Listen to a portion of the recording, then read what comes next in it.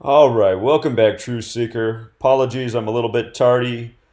I closed the control room the way I launch the live stream, and I was having trouble figuring out how to reopen it. I clicked the wrong button and it created about a 5-minute delay, so I apologize for that. Like I said last week, if you had a question, please leave it in the comment section of last week's video. I saw 3 questions there, so we're going to open up tonight by answering those 3 questions. I imagine they are relevant to everyone. And then we'll do tonight's lesson.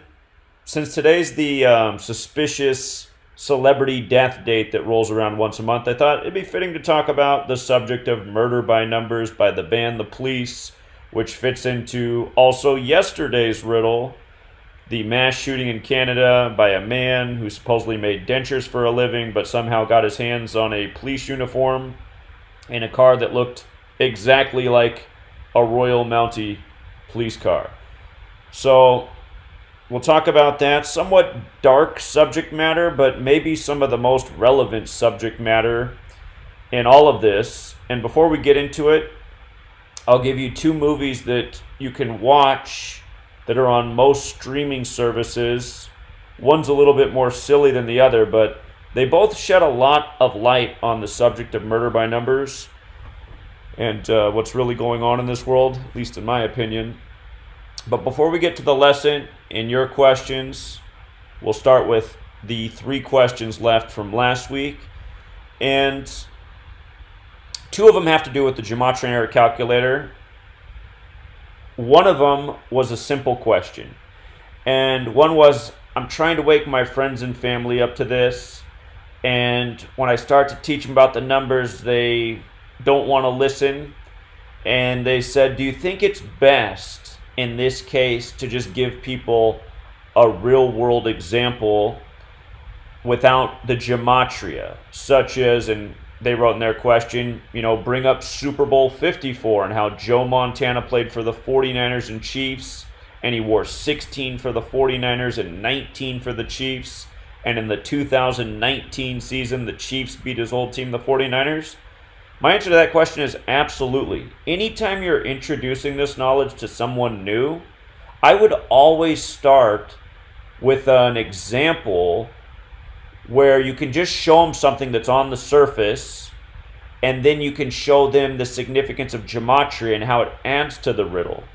For example, anyone who's questioning coronavirus, you could bring up the point about, don't you think it's interesting that Tom Hanks was the first celebrity to come out with the coronavirus diagnosis, and that was the date they announced the pandemic, and mainstream media made a point that he was down there filming the Elvis movie when he got it. And then you could show him the thing that's interesting about Elvis in history, getting his polio shot on Jonas Salk's 42nd birthday, exactly 42 weeks after Elvis's birthday. Because again, you don't need gematria for any of this, you can just show. You can say, think about it. I mean, exactly 42 weeks after Elvis's birthday, on Jonas Salk's 42nd birthday, and on Bill Gates' first birthday. And now Bill Gates has become the face of vaccines for the world, which most people are aware of. And then if somebody says, that is kind of strange, then you could show them, in gematria, vaccine equals 42. Birthday equals 42. You could point out that Bill Gates operates out of Washington State. Washington's the 42nd state in order of statehood. September 11th, you can always go to the Flight 77 example and name off that list of 77s and then show them how September 11th in words is 77. World Trade Center is 77. So yeah, I would say anytime you can, and there's a lot of times you can, just show the numbers on the surface, the number riddle, and then show them that those numbers have meaning in the language of gematria. I would always start that way. I think that's the most convincing way to introduce the subject. And I was doing that just yesterday in Olympia. I was telling people that I wanted them to think about this number, and I was going to tell them why this number mattered in light of what was happening. I'd say, okay, the number is 222, 222. And I'd say, I'm going to explain to you how this number has everything to do with what's going on right now. And then I'd say, okay, So I'd ask them, had they heard about Event 201? Almost everyone there had heard about Event 201. There were some people that hadn't. And I would say, okay, did you know that the date that the first, and keep in mind I was up near Seattle, Washington, but so it's extra relevant to the people up here, but I would say, did you know that the day that the first case of coronavirus was confirmed in the U.S., January 21st, on that same day, the president was in Switzerland talking to the World Economic Forum, who was the main sponsor of Event 201, this coronavirus outbreak simulation? Nobody knew that. Because again, I mean, I just found that out, a little more than a week ago? And I'd been doing all this research all this time. There wasn't much publicity about the fact that Donald Trump was over in Switzerland talking to the World Economic Forum. So again, I just explained to people, just using the alphabetic order, A's 1, B's 2, C's 3, I said there's this practice Gematria. And if you write out World Economic Forum, it equals 222. So Trump was speaking at the World Economic Forum on his 222nd day of his age, 222, and the subject was world trade. And when I say world trade, probably somewhere in your mind you think of the World Trade Centers. And then I would explain. I would say from 9/11, the day that the World Trade Centers came down, to the day that this pandemic was declared, March 11, 2020, it was exactly 222 months. So you have Trump on his 222nd day of his age talking about world trade, and exactly 222 months later, you have, or from 9/11 to the pandemic, 222 months later. And actually, I explained that before I even explained the Gematria. And then I brought in the part about Gematria and the simple code of A, B, C, 1, 2, 3. And I said if you write out World Economic Forum, it's 222. If you write out New York, New York, the most devastated city in the world supposedly now, along with, the site of 9/11, or most of it. New York, New York, 222. If you write out Wuhan coronavirus, 222. If you write out Event 201 as words, 222. If you write out Order Out of Chaos, 222. And then I'd explain to them the significance of Order Out of Chaos, the Masonic motto, creating problems, bringing about solutions. And then from there, all I explained was the significance of 19 years later and the word chaos 19. So that's essentially what I did yesterday, is I just gave people a real-world example before even introducing Gematria, just getting them to say, okay, 222, that's an easy number to memorize. Yeah, that does seem to be beyond coincidence. And I got to tell you, pretty much everyone I talked to who listened really got it and thought it was really interesting and wanted to know where they could find more. And the only people who didn't care were people who just almost everyone at this thing yesterday was a Donald Trump person with a Trump 2020 or a MAGA hat on or a Trump t-shirt. I mean, it was like 80% of the people there.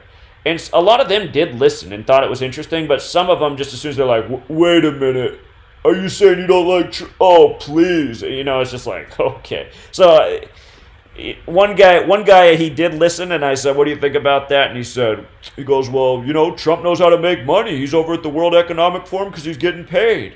And I was just like, okay.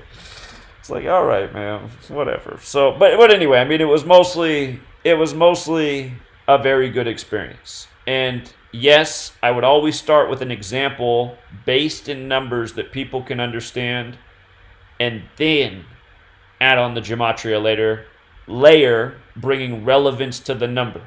Because what's it mean if it's, yeah, that's strange that Trump's there on his 222nd day of his age. Yeah, that's strange that from the World Trade Center to the pandemic's 222 months. But what's 222 mean? You have the answer to that question because you know Gematria.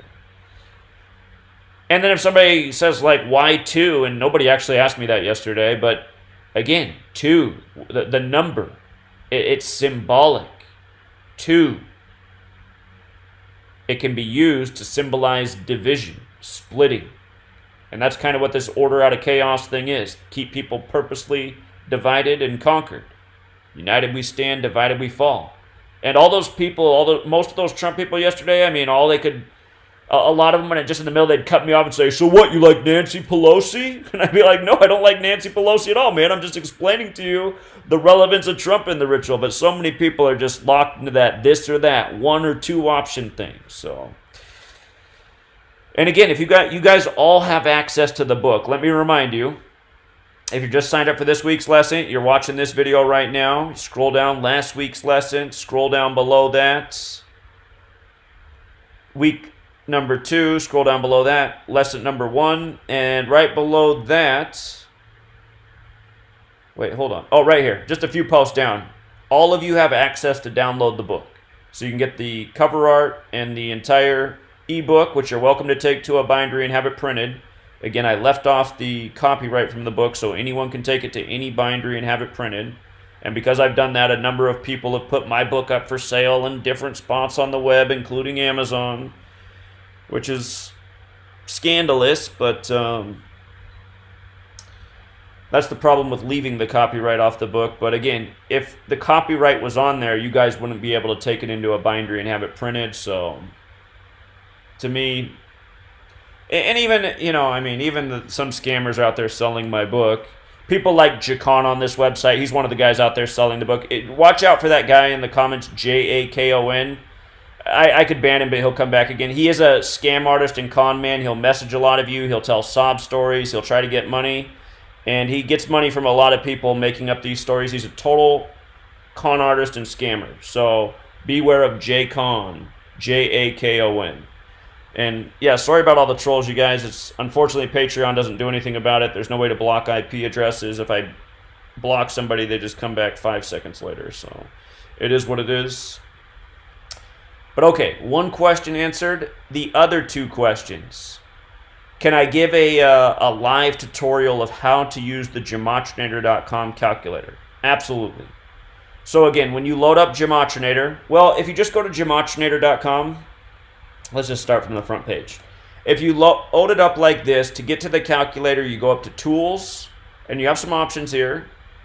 Calculator is where you're going to find your Gematria calculator. So you click the Calculator tab, and then what comes up are the 4 base ciphers in alphabetic order with the rules numerology, reverse alphabetic order with the rules numerology, like we covered in the week 1 lesson.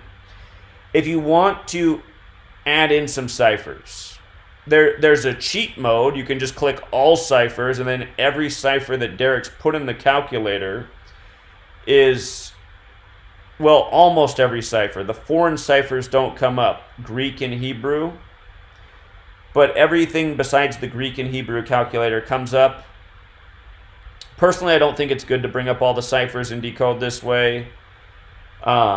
But you can see that if you type in a word, I mean, it'll show you, like, if I type in the, I can see what the value of every cipher, what the equals.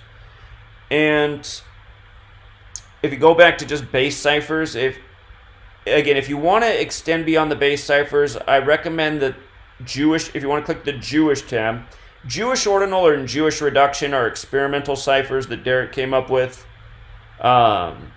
And I'm not saying they're not real, but I don't know of anywhere where you can confirm that they're real. Jewish gematria is definitely real. And isn't it interesting that the is 113 in Jewish? But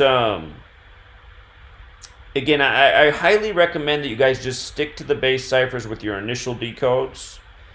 And if you want to look at another cipher outside of the base ciphers, the Jewish cipher would be the one, because it's definitely very relevant. And a lot of times it is the key riddle. Like, for example, all the tiger symbolism in the media with the coronavirus outbreak. Tiger is 201 in Jewish.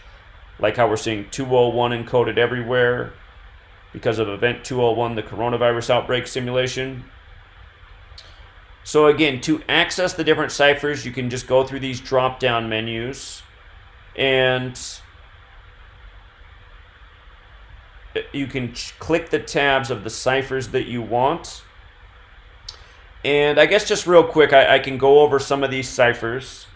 So single reduction, what that cipher is, I'm going to get rid of everything but full reduction, reverse full reduction, and I'm going to add up reverse single reduction and single reduction. And we did cover this again in the week 1 lesson, but just for a little bit of review. When you're going forward, so full reduction, S is the 19th letter. The numerology of 19 is 1. But what's interesting about S is it's the only letter that has to be reduced 2 times to get to a single digit out of the 26-letter alphabet. So S is the 19th letter. So in numerology, 19 is 1 plus 9 is 10, which is why if you only reduce it one time, it's 10. But numerology is about reducing numbers to a single digit unless they break down to 11 or 22 where they can stay. So 19, 1 plus 9 is 10, 10 is 1 plus 0 was 1. So in its most pure form, S is 1 in the reduction cipher. But there is this rule in Gematria where the value of 10 can be recognized. And remember, it's interesting because things like United States, when you observe the rule with S, become 58.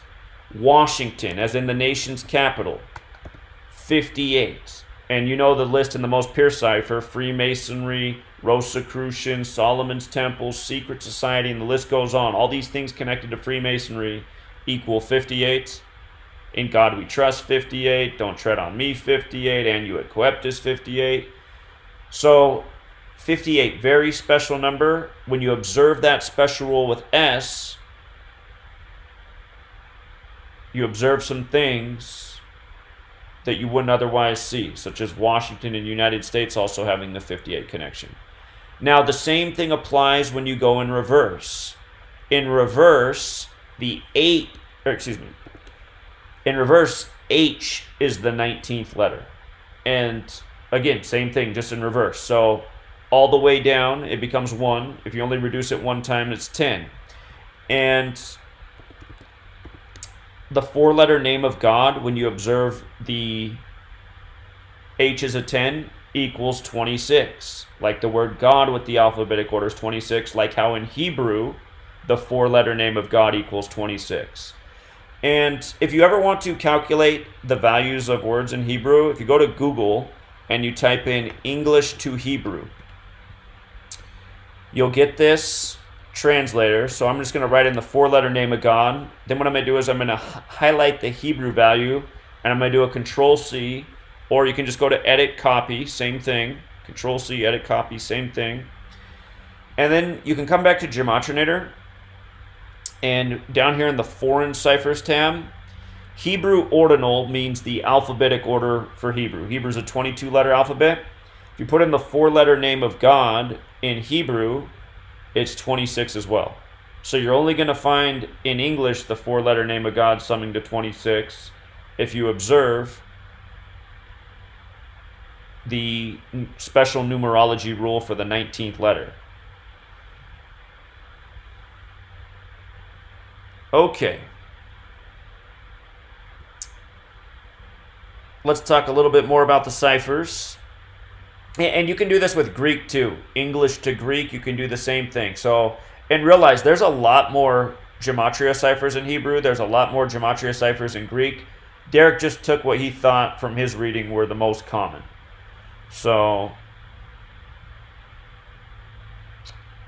and again, I mean, there's a lot of really interesting things if you want to take the time to research Jesus Christ in Hebrew. Let me come back. So I'm going to plug in Hebrew Gematria, which is the most traditional cipher in Hebrew Gematria. Again, it's all laid out in my book. It's too much to explain right now. But the most traditional cipher in Hebrew Gematria, Jesus Christ equals 316. And think about how interesting that is in light of the most well-known verse about Jesus Christ being John 3:16. You know, we just talked about the other day, or I think we were talking about last week, and it was right in front of my face. I noticed it after we finished our lesson that Instagram shot of Puff Daddy with the cross on advertising the Easter special, the video was 3 minutes and 16 seconds long. You know, 3:16. So,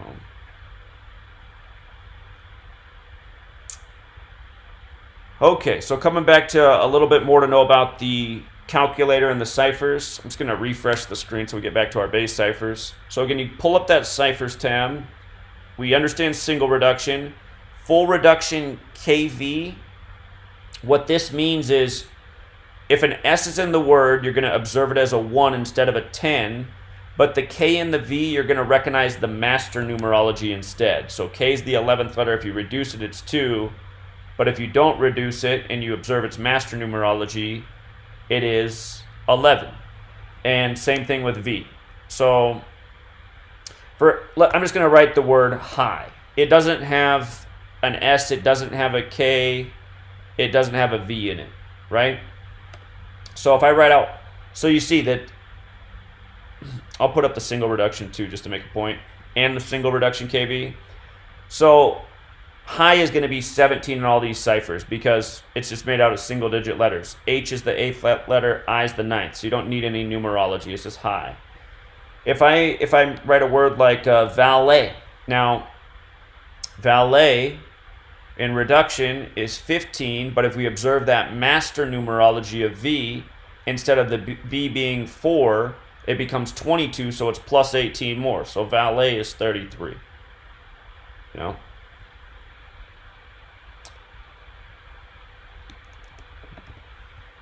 The word like, it has a K in it. You observe the master numerology of K. Instead of it being 2, where like is 19, if you make the K 11, it becomes 28. So these ciphers are just observing the special rules for the master numerology and in the case of the 19th letter. And just trying to think of a word here that's got like, I'm really tired today, guys, I'm sorry. I'm trying to think of a word that has, the word sock will work. Okay, so sock. Notice how it'll be easier here if I just focus on these ciphers, clear some of this.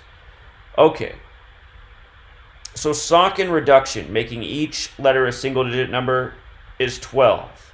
In the single reduction, it becomes 21 because here S is observed as 10 instead of 1, so it's plus 9 more. So sock is 21. In the full reduction KV, it's also 21 because what's going on here is the K is 11 instead of 2. And then here in the single reduction KV, it's 30 because here you're observing S is 10 and K is 11. But notice, when you observe these rules, it'll never change the numerology of the word. They all break down to 3. So that's always true. It's never going to change the overall numerology. It's just going to change the total value. 12 is 1 plus 2 is 3. 21 is 2 plus 1 is 3. 30 is 3 plus 0 is 3. Okay, so those are the rules there for that. English extended gematria is a lot like Jewish gematria. Remember, if you scroll down the page, you can see the way the cipher works. You can see the values of the letter. And this is like traditional Hebrew gematria, where the first 9 letters are 1 through 9, and then the next 9 letters are something like 10 through 90. And then after that, you begin counting 100, 200, 300, 400, 500, 600, 700, 800, etc. So this cipher definitely has relevance. Again, if you're just experimenting with your decoding, always keep your 4-base ciphers open. Have Jewish gematria there. It's the next most important to keep an eye on.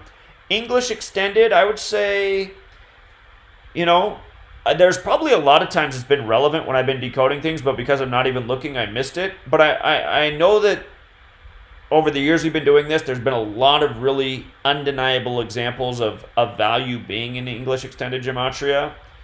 And it's definitely a relevant cipher, but that's the way it works. Just like Greek isopsephy, just like Hebrew gematria. For Greek isopsephy and Hebrew gematria, their charts are just like this. So English extended pays tribute to that.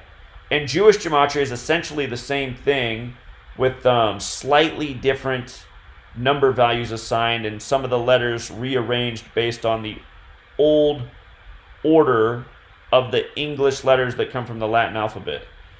So, okay, and then going through this list some more. Francis Bacon. So, what you need to understand about Francis Bacon gematria is that it is all dependent on the letters that you capitalize. So, notice, lowercase a. Whoops, I don't want reduction. Okay, so lowercase a is 1 in both ciphers. But if I do an uppercase a, in Francis Bacon, uppercase A is 27. The way this cipher works, Francis Bacon, is lowercase a through lowercase z is 1 through 26. Uppercase a through uppercase z is 27 through 52. So your Francis Bacon cipher will only be true if you've done the capitalization of the letters correctly. And there is a gentleman out there, Zenith of the Alpha, who made this discovery back in, I want to say 2015, maybe 2016. He noticed in his decoding that he was seeing 218 everywhere with Trump. And one day he called in, he's like, if you write Trump in all caps in Francis Bacon, it's 218. And I kept seeing all these 218s. He was, if you've been listening to my radio program for years, he doesn't call in as much as he used to, unfortunately. But he used to be a weekly caller, and he would always have something new about Trump in 218. And I'm pretty sure he was onto this even before, while he was still on the campaign trail. And I always thought it was interesting, but I never really covered it until I knew he was absolutely correct the day that it was announced that Trump was going to set out a presidential alert at 2:18 Eastern time. And I was like, wow, he has been talking about this for years, and now Trump's sending out a presidential alert. It was unprecedented at the time, remember? But it went out at 2:18 Eastern. And I was like, man, he was not wrong about what he's been saying all this time. And I mean, normally you don't write a word in all caps and look for the gematria value, but in the case of Trump, there's obviously something to it. So Francis Bacon, it is an interesting cipher. The reason it's called Francis Bacon is because supposedly this was the way Francis Bacon encoded his messages. The next cipher, which has a similar name, Franc Baconis, the way it works is kind of like when you were a kid and you saw, remember, I'm sure you had the classroom experience where across the top of the room there was all the letters of the alphabet, one uppercase, one lowercase next to it, so uppercase A, uppercase B, lowercase b. It was usually that way. So notice uppercase A is 1 in both ciphers. Lowercase a becomes 2 in Franc Baconis. Uppercase b is 3. Lowercase b is 4. Uppercase c is 5. Lowercase c is 6. There's some interesting things in this cipher. One I always remember is baseball, how it's 108 in Franc Baconis. Remember, there's 108 double stitches on a baseball, just like how Major League's 108 with the alphabetic order. So, and again, since Franc Baconis is case sensitive, if you wrote out Major League in lowercase, you'd get a different value. That's actually interesting that you get 216, because that's how many total stitches there are in a baseball. There's 108 double stitches, which means there's 216 stitches. Just like when the Cubs broke the 108-year drought, something we saw in spring training. But who did they beat? They beat Cleveland, the 216 area code. So, and again, I haven't done a lot of work with Franc Baconis. There's definitely some things we come across that are interesting. But just to explain the way these ciphers work, again, Satanic Gematria, the way it works is, it doesn't matter about it doesn't matter about uppercase or lowercase in Satanic, but it's a simple cipher. Instead of A being 1, it starts at 36. And that definitely matters, that it starts at 36, and it just counts up. B's 37, C's 38, D's 39, up to Z's 61. But the reason that matters is because it's called Satanic Gematria, and when you write out Satanic Gematria, it equals 666, which is the 36th triangular number. Remember, when you add 1 through 36 together, it equals 666. Talked about our triangular numbers in lesson 2, along with our prime numbers, our Fibonacci numbers. So, if the alphabet wasn't 26 letters in length, this would be impossible. And what's interesting about Satanic Gematria and Z being the 61st letter is that's the 18th prime number, and 18 factors into 6 plus 6 plus 6. So maybe that part's coincidental, but maybe not. So those are all under the English tab, and in reverse, it's all the same, but just doing things in reverse. So I don't even mess with most of these ciphers. In the reverse, what does matter is, again, the reverse single reduction and the numerology rules, just the same as forwards. If I remember right, United States, when you observe all the numerology rules, is 113 in the reverse. And remember, the United States of America was named the United States of America on September 9th, 9/9. That's the day leaving 113 days left in the year. So September 9th. The day leaving 113 days left in the year, the United States of America was named that September 9th, 1776. So when you observe those numerology rules in reverse, United States 113. I don't think that's an accident. Just like I don't think how in the most pure cipher, which is our reduction cipher, if you write out the United States of America, and I know you got to put a the in the front, but still, a lot of things do have a the in the front. The United States of America is 99, and it was named that on September 9th, the day leaving 113 days left in the year. And remember, with just using the alphabetic order, when you write out 13, it equals 99. Like how we got 13 stripes, we began with 13 colonies, 13 years of public school programming. Somebody who's listening calls in and goes, Zach, you always forget the other 13, and I'm forgetting it again. There's another 13 that I always forget. But don't forget that USA equals 41 the 13th prime. That's not the one I'm thinking of. There's another just straight up 13, but USA 41 the 13th prime. A lot of 13 in this nation's history. Just like how the Scottish Rite headquarters in Washington, D.C., named after the Scottish Rite Freemason, has the 13 layers of bricks in the shape of a pyramid on the top. Not to be confused with the 13 layers of bricks on the pyramid on the dollar bill. That's full of Masonic symbolism. So, I'm just going to refresh the screen to pull back up the ciphers. Can go to the ciphers tab. So Jewish, just so you understand how Jewish ordinal and Jewish reduction work, let me go down to the Jewish cipher. So you see how it goes A, B, C, D, E, F, G, H, I, and then the J's not there? It goes H, I, K, L, M, N, O, P, Q, R, S, T, U, and then the V's missing, X, Y, Z. It's because these other letters weren't part of the Latin sequence of the alphabet. They're newer letters. So this cipher, again, pays tribute to the letters that came from Latin in their order, and then the newer letters have these higher values.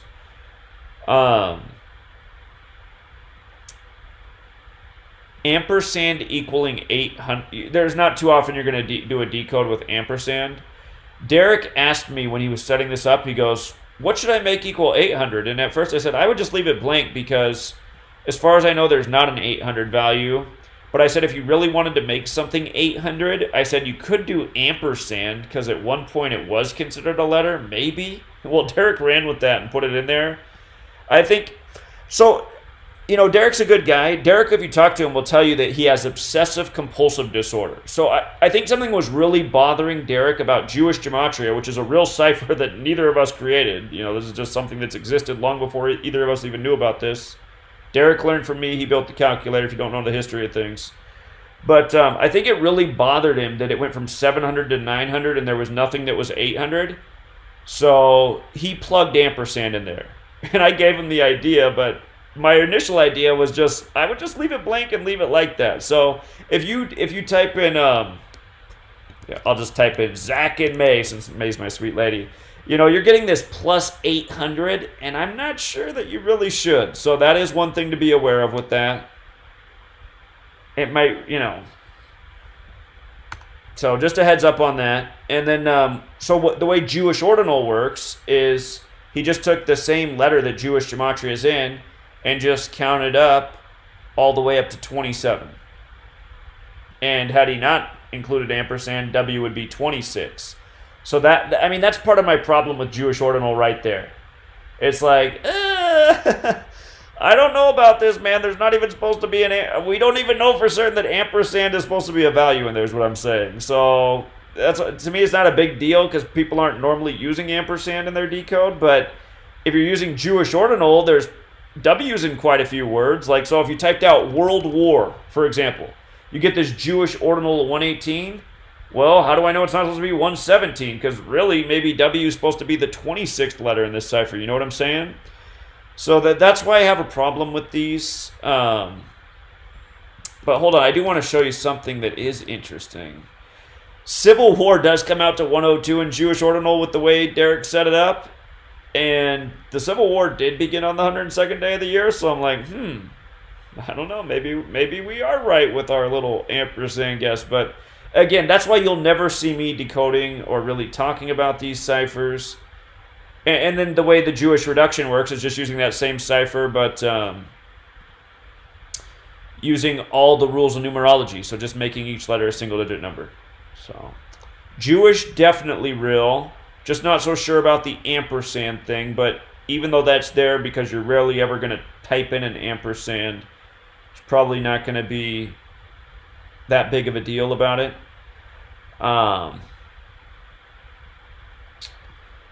The Kabbalah ciphers. So, ALW. Again, I explain how this cipher works in my book. It goes every 11th letter. So, A is the first letter, L's the 12th letter, right? So, it's skipping 11 letters. And then W is the 23rd letter. So, it's skipping 11 letters to W. And then it's going X, Y, Z, back around, and then so 11 letters from W, if you circle back around with the alphabet, becomes H. H is the 8th letter normally, but it's 11 from W, and then 11 letters from the 8th letter is S, the 19th letter.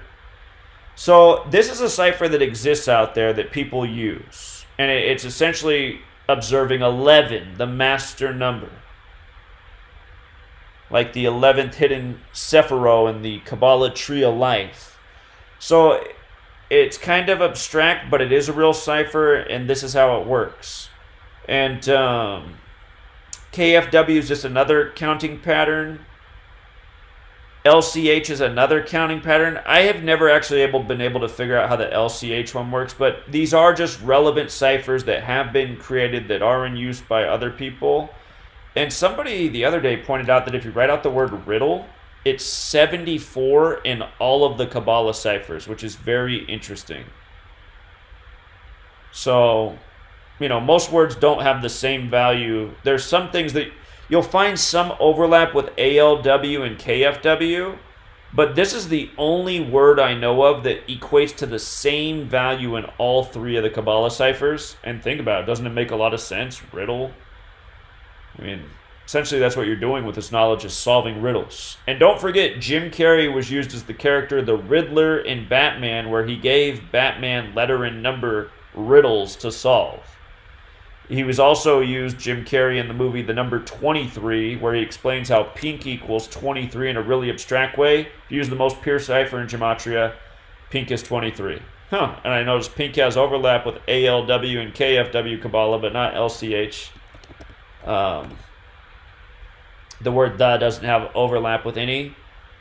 You will come across a number of words, though, that do have the overlap with the ALW and KFW, and it's kind of a head scratcher, but if you ever find one that overlaps in all three besides riddle, I'm all ears. So, they are ciphers, they are in use, and if you read my book, again, there is a chapter on the ciphers where I go through all of them. Well, Derek's added a bunch of new ciphers since I wrote the book, but go through pretty much all the ones that you would want to know about. And examples, relevant examples from those ciphers. The mathematical, there's definitely ciphers you want to know in here. English Sumerian and reverse Sumerian. Those are just the ciphers where you multiply the alphabetic order times 6 or the reverse alphabetic order times 6. And again, anytime you get a 111 in ordinal or a 111 in reverse, you know you're dealing with a word that has a 666 connection. For example, computer is 111 in ordinal, 666 in Sumerian, just like internet is 111 when you flip the alphabetic order around, which means it's 666 in reverse Sumerian. And, you know, you always see those people doing their 666 fingers. Little did you know that fingers happens to have a 666 gematria. So Sumerian gematria, absolutely important. if you watch me in my early days, all I knew about it first was the alphabetic order and the alphabetic order with the rules of numerology, as I learned from Manly P. Hall's Secret Teachings of All Ages. And after that, somebody introduced me to this website, gematrix.org. They're like, Zach, did you know you can type in words at this website and get instant computations? So, for example, if I type in computer here, you'll see. Sometimes it, well, that was quick. Sometimes it's this website can be a little bit slow, but so the way this site works is it only does 3 decodes, and it does the alphabetic order, it does Sumerian Gematria, and it does Jewish Gematria. And this is exactly how I first learned about Jewish and Sumerian Gematria, was through this website once somebody tipped me off to it. And when I learned these ciphers, it answered a lot of questions. So gematrix.org, old website, a website that absolutely hates me, and over the years has coded a number of really bizarre sentences that equate to my name, which people have said, Zach, have you seen what's in Gematrix now with your name? But yeah, I have nothing to do with that, but I'm sure the creator of that website is very aware of me and hates my guts. So those are those ciphers. The prime cipher, here, let me just get rid of some ciphers here. The prime cipher just counts in terms of prime numbers. So there are some interesting things here, but these are ciphers I almost never use. So if you just come down here, you can see how the way the cipher works. The first prime number is 2, the second is 3, the third is 5, the fourth is 7, the fifth is 11. So these are just prime numbers. They're assigning the order of prime letters to the first 26 letters of the alphabet. 101 is the 26th prime number. Z is the 26th letter. Y is the 25th letter. 97 is the 25th prime, so on. So very straightforward. The trigonal cipher is just assigning trigonal numbers to the letters. So 1 is the first trigonal number, 3 is the second, so on. And again, 1, when you take the first number, 1 equals 1. 2, the next number when you're counting. Trigonal means you count the numbers that came before it. So 1 plus 2 is 3. That's why 3 is the second trigonal number. The number 3, you add 1 plus 2 plus 3, 6. The fourth trigonal number, 1 plus 2 plus 3 plus 4, 10. So on. So squares,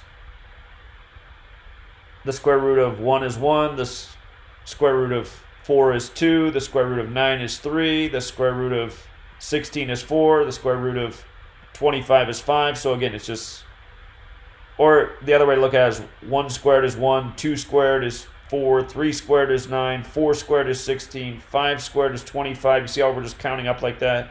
F, the sixth letter, 6 times 6 is 36, so on. Again, I rarely ever touch these ciphers, but I do reveal some interesting things about them within the book. So, and then he has them in reverse. Septenary and Chaldean. These ciphers, again, there's some very interesting things here. These are 2 related ciphers. If you're familiar with Marty Leeds, the cipher that he teaches is septenary. And again, that's where you count up 1 through 7. G is the 7th letter, and then you count back down to 1 again.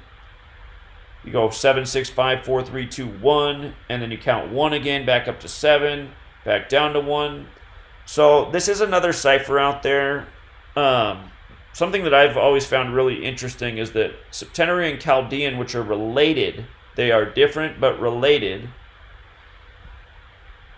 I've always found it very interesting that in both these ciphers, Washington D.C. is 47, because I'm sure you're well aware of 47 in Washington, D.C., and all the many rituals we've covered over the years. What I would say is the most relevant number to the city, which again had the cornerstone laid on a date with 47 numerology. Remember, in our base ciphers, DC's 47, government 47, authority 47, president 47, White House 47, Republican 47, Democrat 47, Trump 47, Trump in the 47-story Midtown Hilton Hotel the night of the rigged election. etc., etc. He replaced Obama, who took office at age 47. Now he's going to be running against Biden, the 47th vice president. You know. And speaking of Obama, again, talked about this I think before, but just this cipher, Septenary and Chaldean, which are both pattern-related ciphers. African American 44 and 43. Obama, the first African American president. He was number 44, but he was only the 43rd person to be president. From the land of Lincoln. He gave his acceptance speech in Grant Park, which is 43 in the most pure cipher, on a date with 43 numerology. Civil War 43, Abraham Lincoln, the Civil War president. So there's a lot of neat things in these ciphers. But again, the majority of what you need to know is in the base ciphers. But there's some nice complementary things that you can share with these.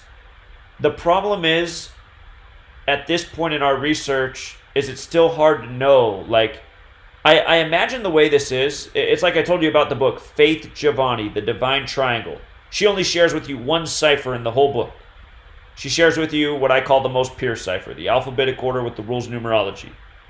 And African American 71, what's the name of the movie that came out? Is it called Birth of a Nation?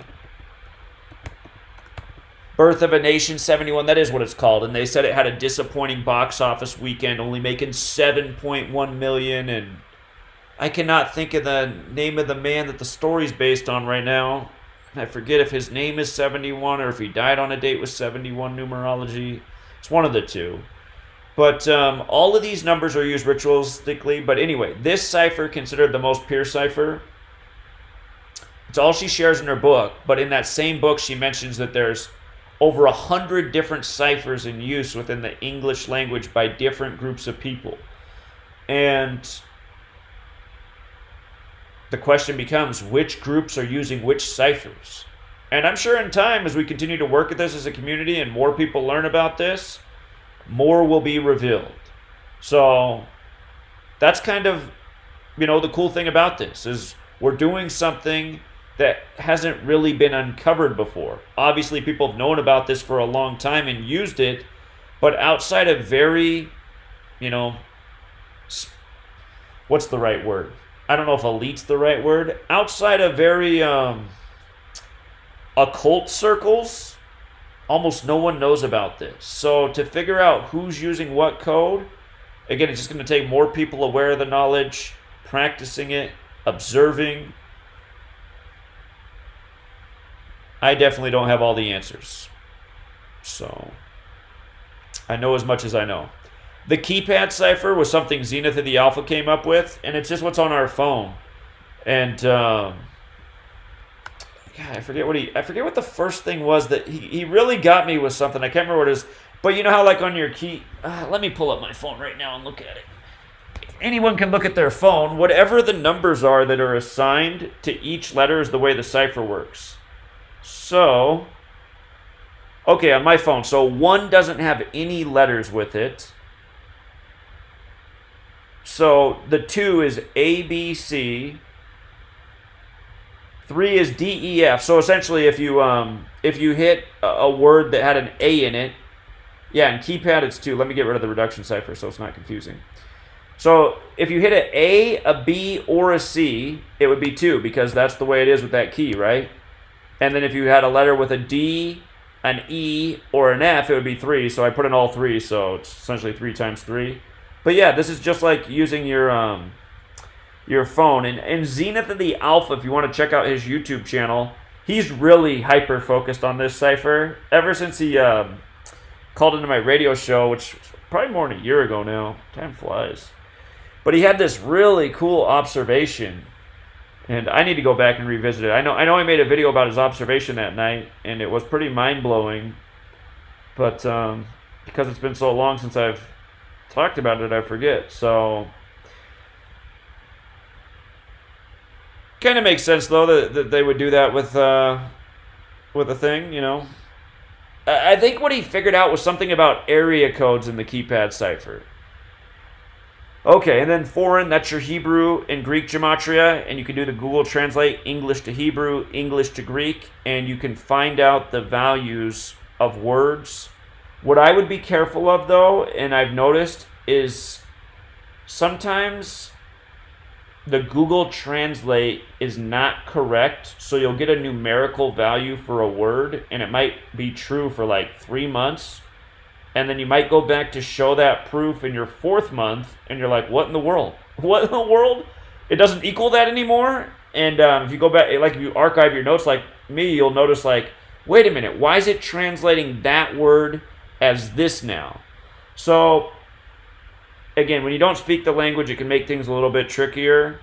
But most of the values I've ever, gotten from Hebrew, like, let me just very clear examples. So I'm going to put up English ordinal and Hebrew ordinal, and I'm going to come back here and do the Google Translate.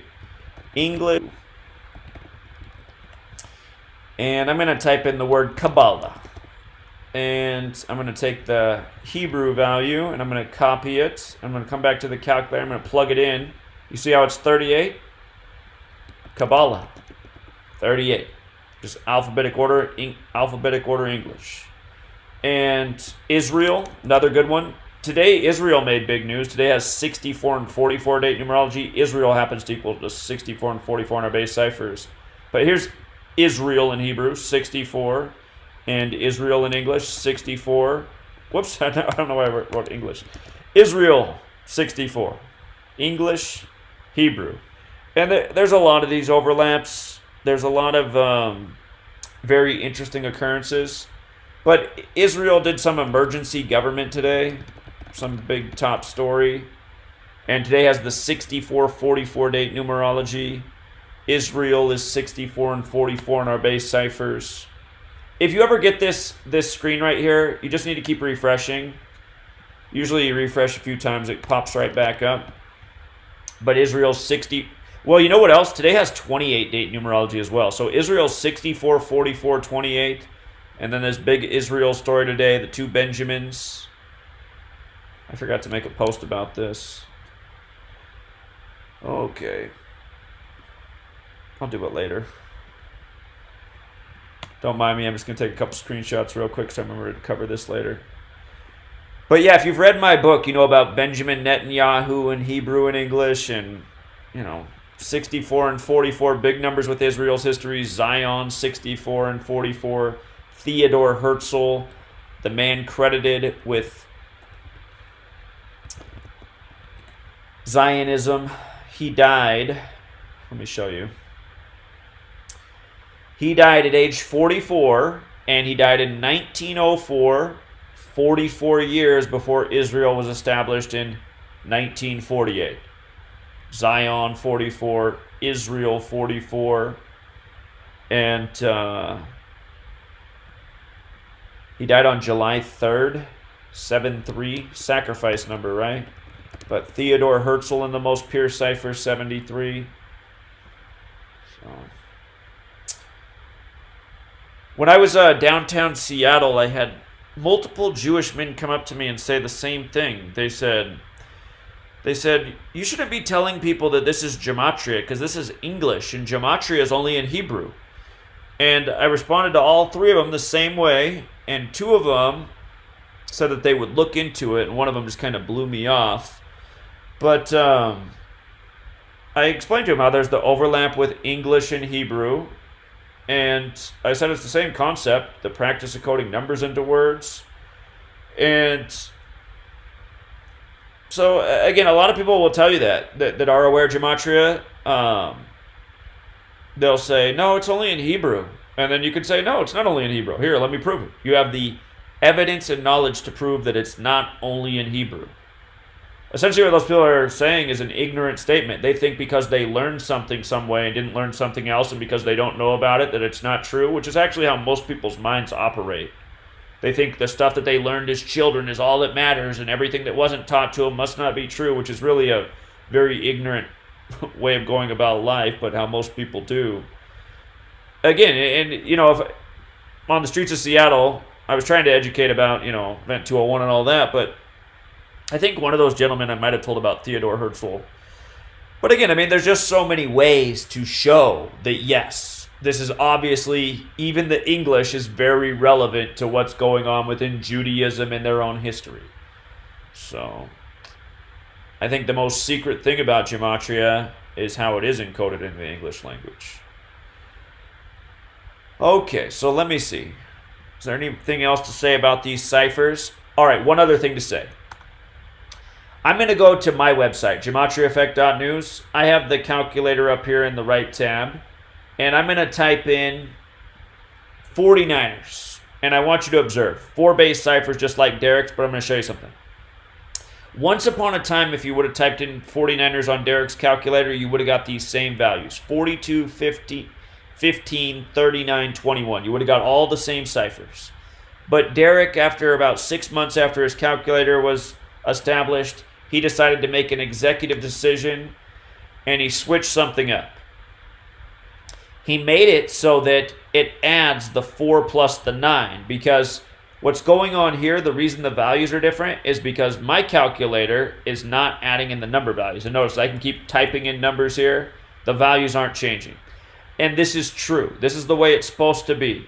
What's considered the most pure way to decode a sentence with numbers in it is to make the number value null. It doesn't have a value. It's optional. You can do it, but it's not the most pure. So this is how 49ers looks the most pure way. What Derek decided to do, and I don't really know why he didn't, because I mean he's going against like the rules that have been written down since either of us knew about this knowledge, but he just made it so his default setting that it adds the number in 2. And what I'm here to tell you is I would decode it both ways. I'd look at it by not calculating the number part, because notice if I just have ERS, nothing's going to change, you know. And so that's the way to do it on Derek's. If there's a number in a thing, you can just leave out the number part. So this could be your 49ers if you're decoding. Or in his options setting, if you don't want it to count the numbers, you click options, and then where it says number calculation, it's set to reduced. You want to take it to off. And now it's the exact same. He also has this other setting that he made called full. So what this is going to do is it's going to look at 49 as a number instead of... Because see how 49ers is 42 here? If we go to reduced, it's going to add plus 4 plus 9, which is 13 more, so it's going to take us to 55. That's what it's doing with each cipher. It's adding plus 13 to each cipher. He made this option full, so it's going to add plus 49 to each cipher now, you see? It's kind of interesting that 49ers is 64 when you add that, because if you spell out 49ers as a word, it has gematria of 64 and 62. If you go and look up the Kansas City Chiefs, who just beat the 49ers in the Super Bowl, if you look at their 3 Super Bowls, the Chiefs, they've now scored a combined 64 points in those 3 Super Bowls, and they've had 62 scored against them after completing their 3rd Super Bowl against the 49ers. Remember, winning their first Super Bowl in 50 years. And with regards to having scored 54, remember, Kansas City Chiefs is 64. Okay, so I would recommend putting it on off. And let me see, is there anything else really worth knowing about this? Shortcuts. So he has this list of shortcuts.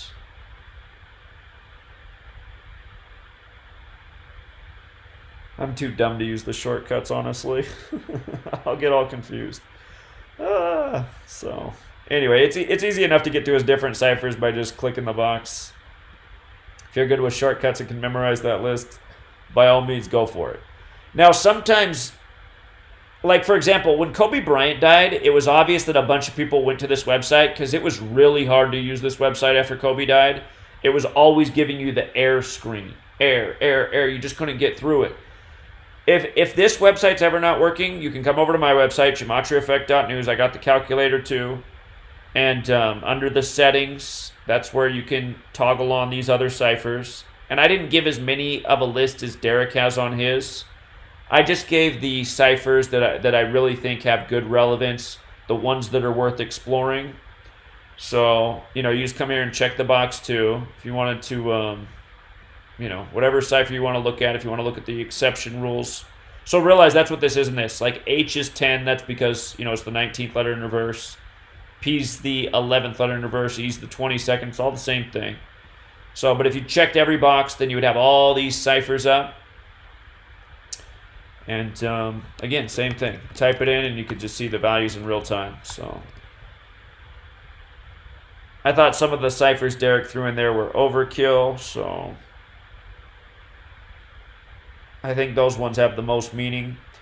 And also the other thing to know about Derek's calculator is, again, a word, or it'll give you a number value. If you click on the number, it'll tell you properties of that number. So you want to know about 61, so you click on 61.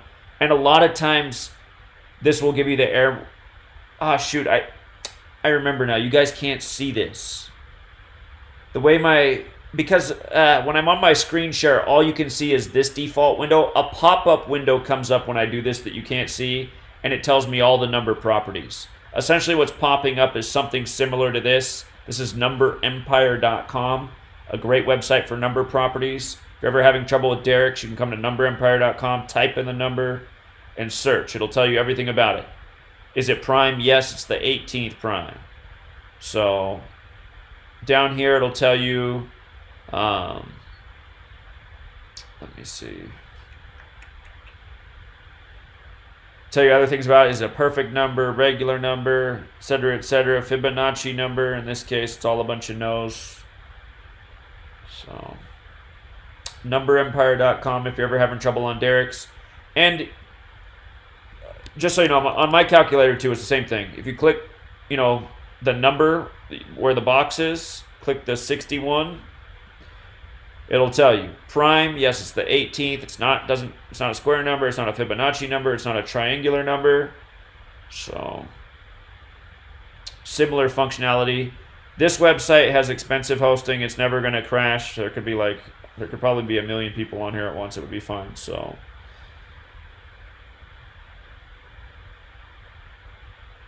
all right. So I think we covered about all we need to know.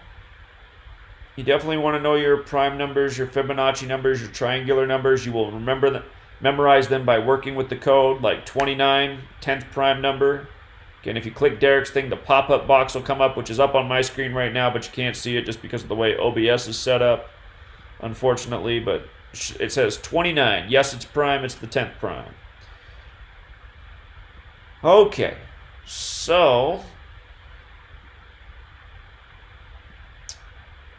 let's talk about murder by numbers. Again, the Theodor Herzl thing kind of fits in perfectly with the theme of what we're going to talk about.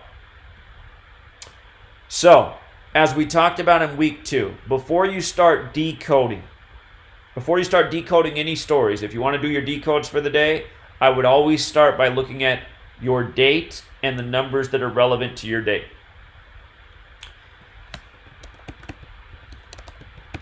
So we have our numerology paths. What are the paths? Adding the day plus the month. 4 plus 20, 24. And then you add the year in 2 parts. Plus 20 plus 20. Which adds up to 64. That's one of your paths. Another path is your life lesson number. 4 plus 20, and then you add the year digit for digit. So 4 plus 20 plus 2 plus 0 plus 2 plus 0, which is 28. The next path, just adding each number as a single digit. 4 plus 2 plus 0 plus 2 plus 0 plus 2 plus 0, 10. And remember, these 3 paths, they should all break down to the same single digit. 64 is 6 plus 4 is 10. 10 is 1 plus 0 is 1. 28 is 2 plus 8 is 10. 10 is 1 plus 0 was 1. 10, obviously. It's all in alignment. The next method is where you just knock off the first part of the year. So 4, 20, 20. 4 plus 20 plus 20, 44. And then you could also just do the day and the month. 4 plus 20, 24. Sometimes that's relevant. That's probably the least relevant out of these methods we're looking at. So you have your date numerology paths. Always keep in mind what day of the month it is. It's the 20th of the month. Okay, 20. In a leap year, pay attention to what day it normally is in a non-leap year and what day it is in the leap year as well. You want to know both in leap years. I observed that in 2016. I'm observing the exact same thing in 2020. You know, case in point, yesterday was April 19th, which in a non-leap year is the 109th day of the year. 109 is a number that's always coded into shootings. Shooting 109 with the reverse alphabetic order, you get this mass shooting on the anniversary of Waco, on the anniversary of OKC, on the anniversary of the shot heard round the world that began the Revolutionary War. Military's 109 in that same cipher. You know, Timothy McVeigh was a military guy. If I remember right, he was put to death at 33, like Koresh, the Waco leader, was killed at age 33, who saw himself as a modern Jesus who was put on the cross at 33. But the 109th day of the year is what April 19th typically is. So remember, even in a leap year, pay attention to what that date typically is. It matters. Just like the Sunday before, you had the devastating tornadoes on the 102nd day of the year in non-leap years. But this year it was technically a leap year, so it was really the 103rd day of the year. But again,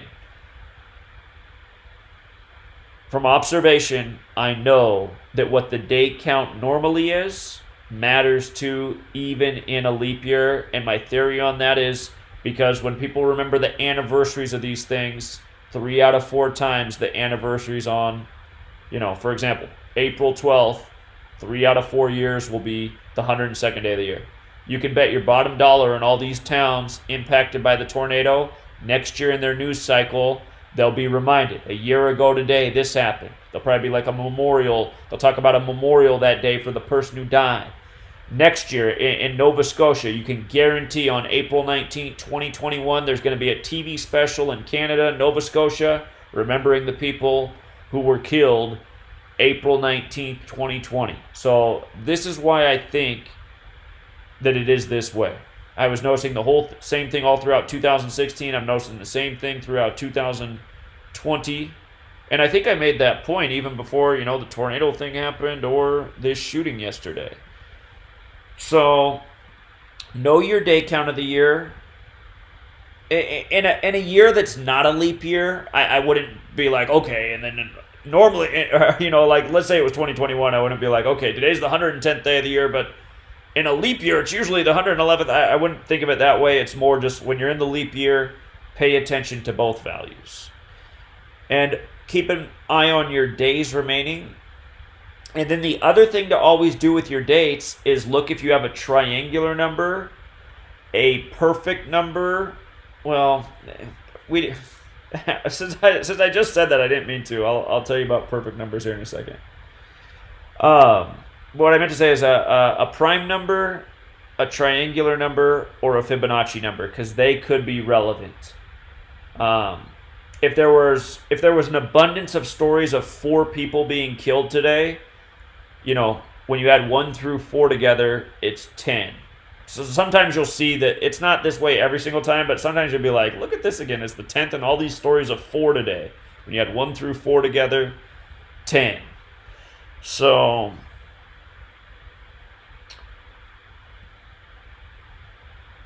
since I brought up perfect numbers, just a cool thing you can show people is if you type in the word perfect, or that's not the point I want to make.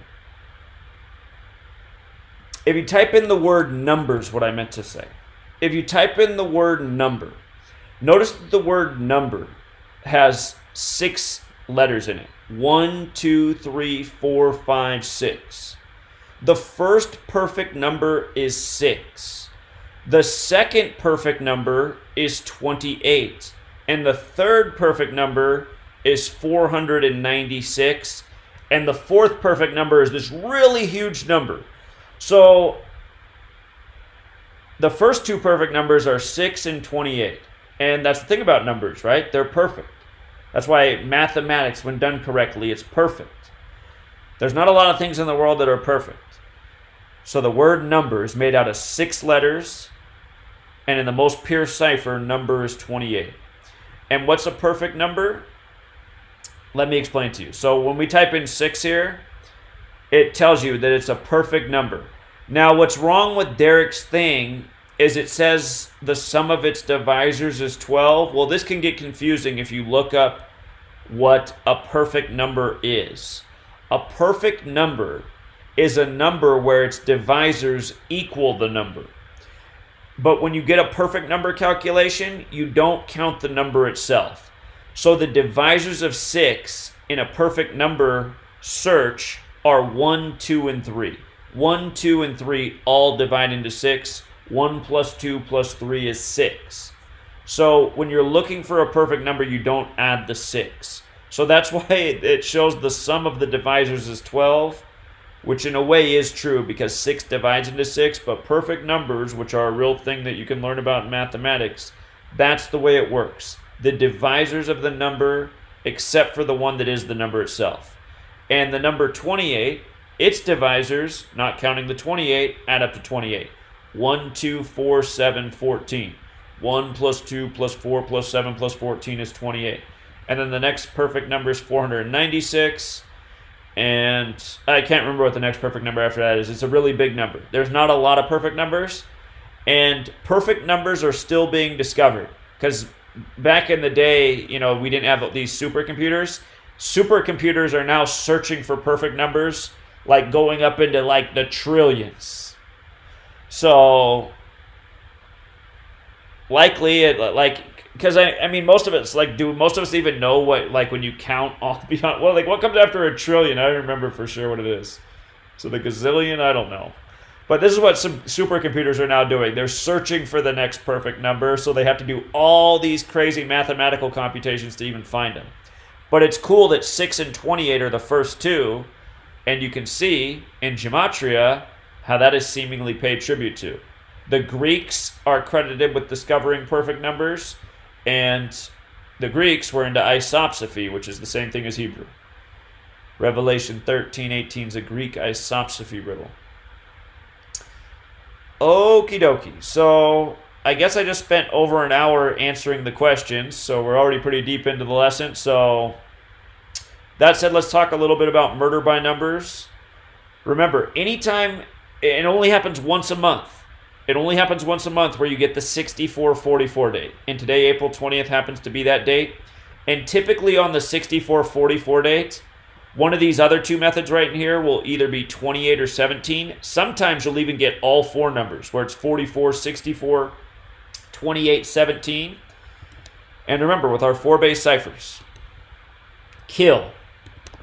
With the alphabetic order is 44. With the reverse alphabetic order, it's 64. With the alphabetic order and rules of numerology, it's 17. With the reverse alphabetic order and rules of numerology, it's 28. And in Jewish Gematria, that next cipher you might be tempted to kick in, kill is 59, which is the 17th prime number. Again, if you click on it, the window will pop up, and it'll say 59 is prime. It's the 17th. So today's date happens to have 44, 64, 28. And it's clockwork. Every single month on this date, you'll get stories like this. So this is in the news today. April 20th, 2020. Look at how they even post it at 44 minutes after the hour, right? Man who served 44 years in prison dies from COVID-19 just weeks before his release. It's this way every single month, you guys. Every single month, it never fails. It is the same thing every single month. I can't emphasize it enough. It's why at the beginning of the year, I told you to circle all 44 and 64 dates for the year. And I said, just watch the news. You'll see the same thing every single month. It will not fail. It's not being a psychic. It's not seeing the future. It's understanding how our news is contrived and how repetitive the code is and how undeniable it is. So this story was out of Michigan. And Michigan happens to be a state that equals 64 and 44.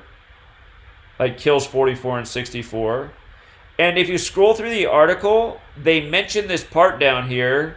Right here, it says in this paragraph, the department asked for prosecutors to waive the mandatory 28-day waiting period for his release, but Garrison died just 5 days later. So they even got to throw a 28 in there, right? And the story was that he died from coronavirus, COVID-19, and the story was that the prison's been trying to get him out all year because he was eligible for early release, but he didn't want to take it. He just wanted to finish his last year in prison, because if he finished his last year, then he wouldn't have to go on parole and he wouldn't have to worry about a probation officer. And I don't blame him. If I was in prison for this long and I knew that if I just finished my year that I wouldn't have to deal with a probation officer and P tests and all this, I'd do the same thing. I'd be like, okay, I'm just going to finish this one last year and then not have to deal with the criminal justice system anymore. So this is the story, right? But they're saying because he didn't take their advice and he stayed in prison for his last year, he ended up dying from coronavirus. Now, the way I think about this is, with all this corruption and sick stuff that goes on with the police and prisons and all this, I mean, who's to say that this guy wasn't offed by the numbers because they were trying to free up his cell? For all the laws that they lock people up for, we don't. And as fast as they build prisons, they still don't have enough room to house people. So he's an older man. They probably think, okay, he's less of a threat. He's 60 years old. And I don't even want to talk about the 60 number. That's one of the numbers that's coded into so many of the racist rituals, the N-word with the alphabetic order 60. But again, it's not an accident that you're reading about this story on this day. And if you read the article, he didn't die today. It doesn't even say what day he died. It says he died last week. It doesn't give you a date. But why would they wait to tell you about this story about the man in prison for 44 years until today? Well, when you don't understand this code and how repetitive things are, you already know. And then it comes out of Michigan. So they refer to him as a Michigan inmate. Their terminology: William Garrison 81, Michigan inmate 81, ritual 81. That's the 81 number. So, oh, actually, I was wrong. Never mind. I don't know how I skipped this before. So he died April 13th. What's curious about that is that was a date with 37 numerology, 4 plus 13. Did I just misspeak? That was a date with 37 numerology, 4 plus 13 plus 20 is 37. So he dies in prison on the 37 date. Prison's 37. And they waited to report it until 1 week later on this 44 date. Okay, so that's one story in the headlines today. Death-related story. You have another dead celebrity today, Tom Lester of Green Acres, dead at 81. Again, the ritual number. His full name, Thomas William Lester, equals 81. You see this so often with celebrities. They die at the age that corresponds with their name. And, again, they're saying he died today. Where's the article? He died on April 20th. From Parkinson's disease. I did a lazy decode here. I just want to check the gematria real quick on Parkinson's disease to see if Parkinson's has the 46 and 62 alone, like sacrifice. Parkinson's disease. Yeah, I'd have to do some more researching to see if there's some riddle there with any of those numbers. I don't have it right now, but again, dying on this date, always curious. And then he's dead at 81, the ritual number corresponding with his full name. From his birthday, September 23rd, to his death was his 211th day of his age, the 47th prime. His name is Thomas Lester, the way he was born, 211, the 47th prime. I'm sure if I did more research on Green Acres and his character, Eb Dawson, there's probably a whole lot more here. You'll do your best decodes when you know about the person. Like, I don't know anything about Green Acres. I've heard about it. I think they got this theme song, Green Acres is the place to be. Pretty sure I've heard that somewhere. But again, because I know so little about the show, so little about the character, I can't do my best work. Things I know about, that's where I can really decode and understand the puzzle. But just already, right away, I see some things that are curious. I did look at that Green Acres, and I know it's got that infamous 58 in it. So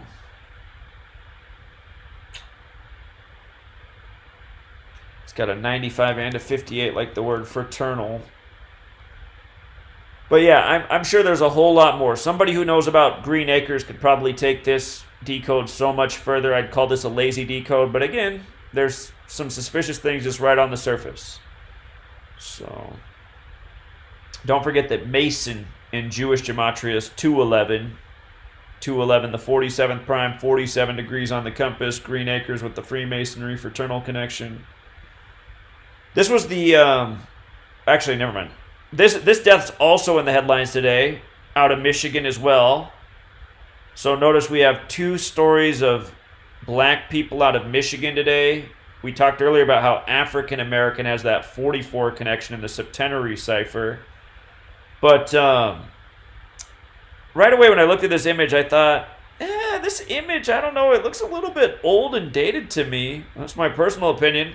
But I figured, okay, they picked a picture of her in Minnie Mouse. Of course, a lot of children love Disney and their stuffed animals. I mean, it's not too uncommon, but just in light of knowing how the media is, the story is that this girl died from coronavirus. I was like, let me see. They got two Minnie Mouses in that picture. I just got to check. And I said, look at that. Minnie Mouse, and that is how you spell Minnie Mouse. You can look it up if you doubt it. Minnie Mouse is 56 like coronavirus, the same number we're seeing everywhere with the rituals. And I made a video on this earlier today. By the way, the news is today. The news broke today, April 20th, but the story is that she died yesterday, April 19th, 2020. A date was 63 numerology. Her birth name and the most pure cipher, 63. Just like in Canada, the first name of the victim they put out, the Mountie, also a woman, her name's 63, the one killed by the shooter supposedly yesterday. But there's a lot of interesting things encoded in this girl's name. I did a video on this earlier today if you want to check it out. I won't be too redundant in case you checked it out earlier. But I noticed the girl's name, Skylar Herbert, has that double 76 encoded, like Negro, Slave, Rasta, Blues, all 76. Again, to go to the first question asked, to introduce this subject to somebody, the Million Man March is a very good example. It took place on the day leaving 76 days left in the year. You know, one of the most concrete examples that exists is just showing how this code's been put all over black history. With the alphabetic order forwards and backwards, just those ciphers. Remember, Negro, Slave, Blues, Rasta, you know, they're all numbers associated with black history. They all have values of 59 and 76. And again, the Million Man March took place on the day leaving 76 days left in the year. Black History Month ends on the 59th day of the year. Motown. Everybody knows Motown. Motown came out in 1959 out of Detroit on the 42nd parallel. I think this story was out of... Yeah, this story here is out of Detroit, Michigan, too. But anyway, this girl's name has the 7676, like the words tiger and woods. Let me just show you tiger.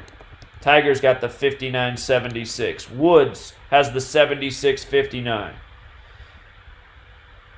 Anyway, this girl's got the 76 encoded in her name. They saved the date for today about the death of this Michigan girl. And after I did the video, somebody left an awesome comment. I added it to the blog post because, again, there's always more. I didn't catch this, but somebody went back and looked at the birthday of Minnie Mouse, which is listed as November 18th, 2020. From Minnie Mouse's birthday to this news story breaking today, April 20th, is a span of 155 days. Coronavirus at the alphabetic order 155, with the rules numerology 56 like Minnie Mouse. Story about a little girl dead from coronavirus. And then also, what I know about November 18th is that's the 322nd day of the year, 322, the day leaving 43 days left in the year. Yale equals 43, like how Skull and Bones, 322s at Yale. Like how George W. Bush was the 43rd president, winning in Florida. Where his brother was the 43rd governor, where his father was the 43rd vice president. Florida equals 43 in Gematria. But remember, Johns Hopkins, who's giving us all the stats about the deaths and the cases. Johns Hopkins is founded by a Skull and Bones member. We've seen a number of 322 rituals that we've been uncovering. Knowing this now about Minnie Mouse, I'd add this to the list. You know? And remember, like I told you at the end of last year, not a good look. Last year in Virginia, in August, marked the 400-year anniversary, of, according to the history books, of slaves arriving from Africa and America. I want to say it was August 20th, 2019. It was right around then. It's definitely in August. Was the official 400-year anniversary. But I was telling people, Acts 7:6 and 7:7 we already knew the next 9/11 was coming up. We're reading the code, understanding the way these Cabal types operate, but we were looking at this verse again and again last year. Acts 7:6, God spoke to him in this way. For 400 years your descendants will be strangers in a country not their own, and they will be enslaved and mistreated. But I will punish the nation they serve as slaves, God said. That's Acts 7:7. United States is 77. The American meridian that cuts through the nation's capital on the 77th meridian. So I see a story like this, even fitting in with what we've already been talking about. And I'd like to think that the story's not real and that person's from this person does not exist.com, but I mean, the real reason to know this knowledge and teach other people about it is because you care that evil people are ruling over us. They're working by a code. People really are dying. And very likely a lot of children in this world, unfortunately. So that was another, death story in the news on the 4464 date. The first story I caught wind of today was the death of Mike Curtis. You read the article, they tell you right there in the second paragraph, he was known to fans as Mad Dog. Dead at 77, symbolic number. But known as Mad Dog, well, right away, I mean, if you've been around, we did how many videos on Mad Dog Mattis? Remember Mad Dog Mattis, the Secretary of Defense for a while? Mad Dog's 44, his surname Mattis 44, military 44, soldier 44, infantry 44, trooper 44, officer 44, and more. Remember Secretary of Defense Mad Dog Mattis was? Equals 193, which is the 44th prime. Him and Trump had their falling out 193 days from Trump's birthday. Again, I'm clicking on the 193 and a window's popping up on my screen that tells me it's prime. It's the 44th. You can verify this on your own computer. It's just that pop-up window's not showing up on your screen because of the way the streaming service I'm using works. It only shows the main window that I choose, so I don't know the way to troubleshoot that. But I assure you, if you go to Gematria.com, type in Secretary of Defense, you click the 193 number, you click right on it, a little window's going to pop up, and as long as it doesn't give you that error message, if it get the error message, you just need to refresh. But I guess just to remind you, you can always use Gematria Effect News, and I'll just show you the same thing here. I'm going to go to the calculator. Okay.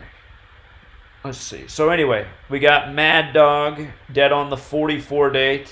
They mentioned he played 11 seasons, that master number, like football's a game of 11 on 11. And they talk about how he finished his career in D.C. He dies at 77, Washington, D.C. on the 77th meridian. But notice, again, today's date numerology. We got the 64, 44, 28, which I'll go with kill. And then his nickname, Mad Dog, 44 and 28. So Mad Dog goes down on this date.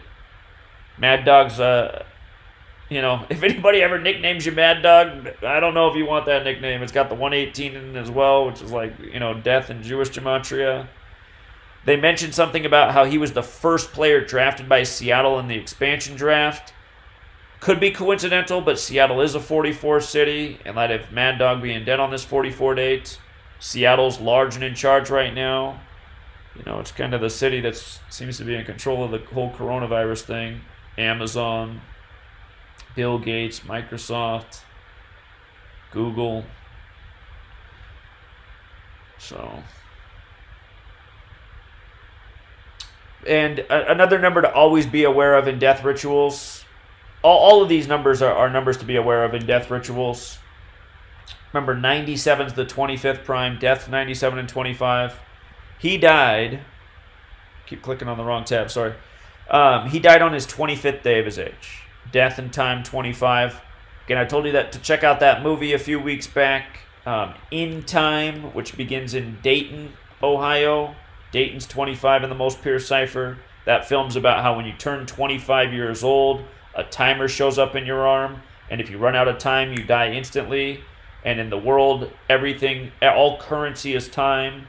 You get more time put on your arm by working, by trading things, by bartering things, by pawning things. But not an accident that they chose the age of 25 for when your time starts that could lead to your death.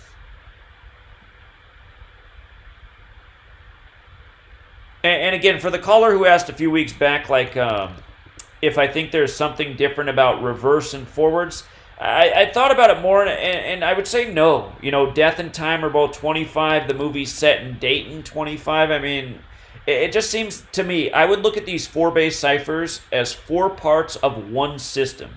And it's just like things like this. You know, Jesus Christ is 74 in reverse reduction, whereas with the alphabetic order, Jesus is 74. Like Messiah, like, gospel, like parables, like cross. I mean, so Jesus Christ, 74 both ways. To me, again, 4 parts of one system. Okay. And honestly, all these decodes I did, I'm sure there's a whole lot more to uncover and understand about them. These deaths will probably factor into riddles for next year's season. Let me check. You know what? This was the... I'll show you this real quick. Seattle Seahawks Pro Football Reference. Pro whatever sport reference. There's a website like this for each professional sport. I just remember that the Seahawks, the season they just finished was... So it says 45 now. Their upcoming season will be their 45th season. The season they just completed was their 44th season. And they went 4-4 at home this year, which is the worst they've done at home in the era of Quest Stadium. They had a really good away record this year, but they were 4-4 at home, losing their game at the end of the year to the Cardinals at home, the lowly Cardinals by the numbers. But anyway, the Seahawks, for whatever reason, have a history of losing to the Cardinals at home. It's kind of funny. They're dominant at home, but they always lose to the lowly Cardinals at home. So yeah, that was just one other thought. And again, there's probably a whole lot more to this, but we're talking about people who died on the 44-64 date. Month after month, you'll see how so often the deaths that are reported on that date, they have the 44-64 numbers. And remember, it's just like the news that's in the headlines. Today on the 44 date, this has been CNN's top story for a lot of the day. Georgia governor says certain businesses can reopen this week. If you read the story, he's going to reopen some things Friday, including gyms, barbers, and movie theaters. And today has the 44-date numerology. Georgia's a very 44 state. Brian Kemp's a very 44 name. Remember, one of the criteria to reopen your state is that your surveillance system's in place so that Apple and Google can track you and make sure that you're following the guidelines and the curfew and the social distancing. They're minding your privacy by tracking you, as they've told us. To me, that's called a... So I don't think it's an accident that we're getting this news about the first state, Georgia, who's ready to open up their police state. And let's not forget that Georgia's the home of the CDC, the Center for Disease Control and Prevention, who has a lot to do with this ongoing scam that we're living out. And I was watching for news from the CDC. Maybe this is related today. Center for Disease Control and Prevention's 420, like how it looks like Georgia might be the first state to open. I haven't seen any other headline like this about a state. I have to double check to make sure I'm correct about that. But I haven't seen any other headlines like this so far about a state opening up these certain things on a date this week. It's the first one I've caught. So, I also noticed that from Brian Kemp's birthday to the date he's reopening is 174 days. Interesting number because New World Order is 174 and so is Number of the Beast. Mark of the Beast, tracking people. Maybe a little bit loose. If I was trying to introduce this to somebody, I wouldn't start with that example. I'd start with this one right here. But and also this oil prices thing. This is the second time oil's been the top story. What did the market end up doing today? Went down almost 600 points. Okay, but oil is now trading at a negative value. oil has negative value because there's nowhere to store all the excess oil. There's all this excess oil because oil's not being used because there's not as many trucks on the road, which is absolutely real. I was driving back and forth between Portland and Seattle, and I was like, it's crazy. I've hardly seen any semis. Normally there's semis everywhere. But anyway, what I noticed is, do you recall March 8th, what we covered on March 8th? March 8th was the 68th day of the year. Always a big market number because market's 68. And the story on the 68th day of the year was that this oil war started, which caused the price of a barrel of oil to fall to the lowest price since 1991.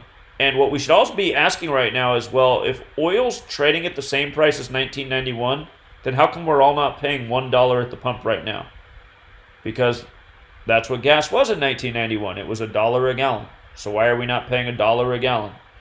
And I did see a headline about 10 days ago from CNN that gas is going to go down to $1 a gallon this summer. Well, why do we have to even wait months? It should be $1 a gallon right now. Again, the whole time that gas prices have been way up, if you've done the math on what the price of a barrel of oil is, none of it makes any sense. We're all getting super gouged on oil and gouged on everything else in life. But anyway, they had this right here. So this is what I focused on when I made this video on March 8th. It said right here, this is how the price drastically went down. But then Saudi Arabia escalated the situation further over the weekend. They did this on the 68th day of the year. The kingdom slashed its April official selling prices by $6 to $8. 6 to 8 on the 68th day of the year to really cause a big drop in the market. And then remember, that was a Sunday night, and I said, watch what the market does tomorrow. And sure enough, the market did a record tank the next day. But market 68, Saudi Arabia 86, the reflection, 68th day of the year. All of this was related to Wuhan, Wuhan coronavirus 68. So, and then Monday, the date that the market ended up really tanking because of the moves by OPEC 69. So again, just manipulating the market by the numbers. And so here we are on the 44 date, and I just noticed that from March 8th to today is a span of 44 days. And I'm just asking myself, is this all just part of the, wrecking the economy by the numbers to create a global recession? Recession's 44. Honestly, in this decode, I'm kind of searching. I'm searching for why they might be doing this on the 44 date numerology, a span of 44 days later. They've definitely created a global recession. Are they trying to add to it? As we talked about before, we talked about the headline that was up by CNN like a month ago. Could we be looking at the next depression? And we were saying, uh-oh, coronavirus 56, depression 56, unemployment 56. So, again, we're seeing how it's all being orchestrated by a code. But just realize there's patterns in numbers that are used in all these rituals that are waged, that we see through headlines, that we see through news stories.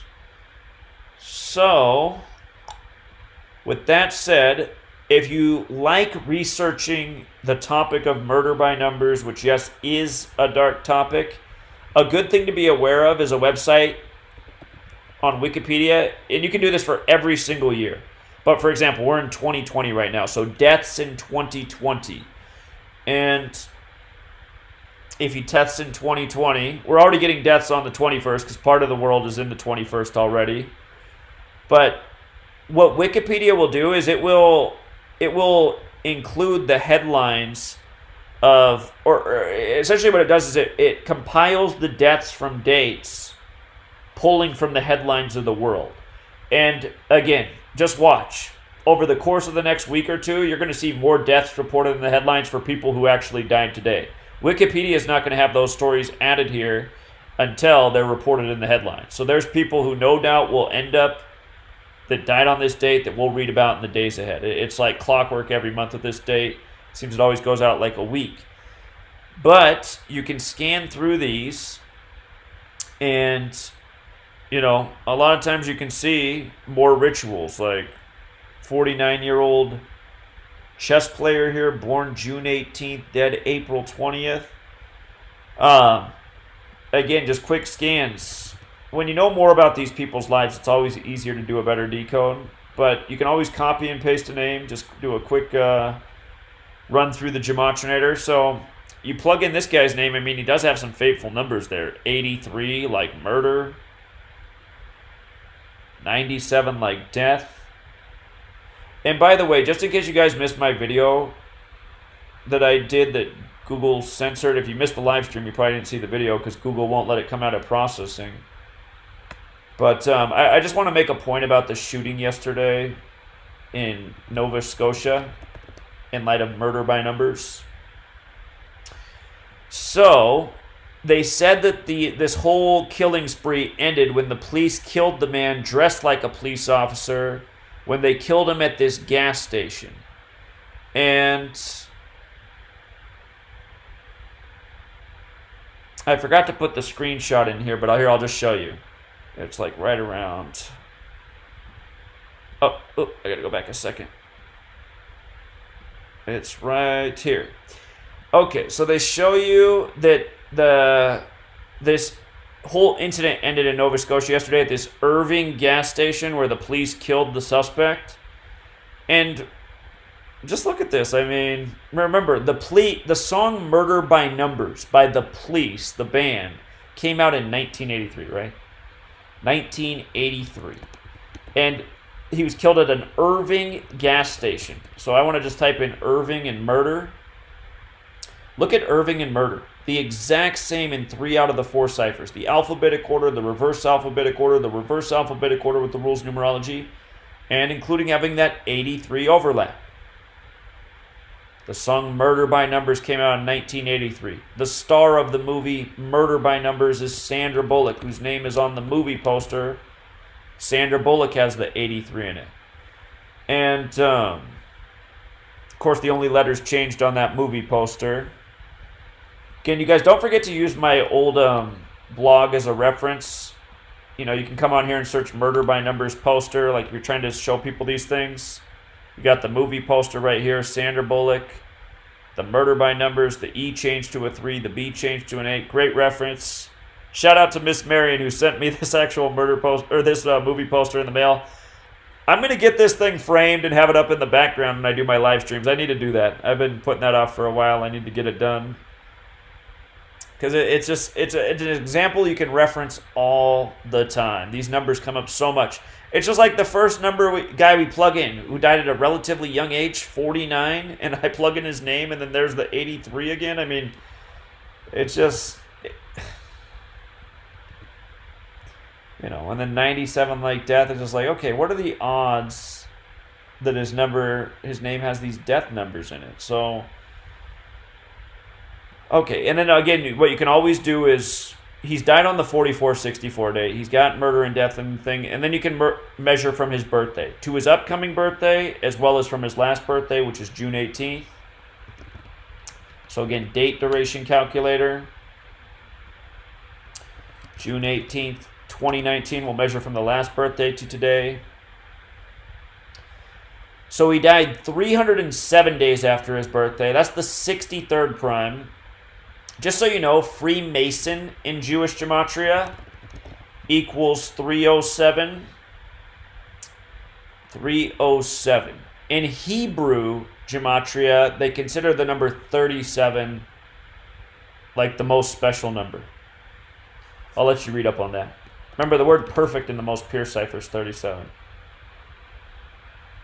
But Freemason is 307 in Jewish. That's the 63rd prime number. Freemasonic has the 63 Gematria as well. Like how yesterday had the 63 date numerology.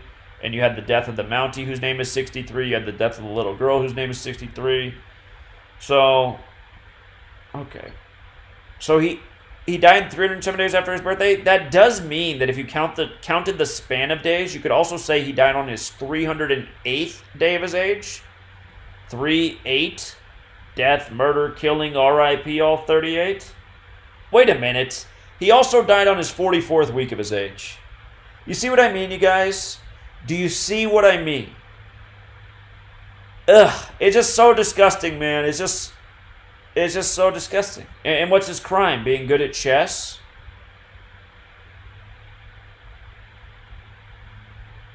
So he dies exactly 44 weeks after his birthday on the 44 date numerology.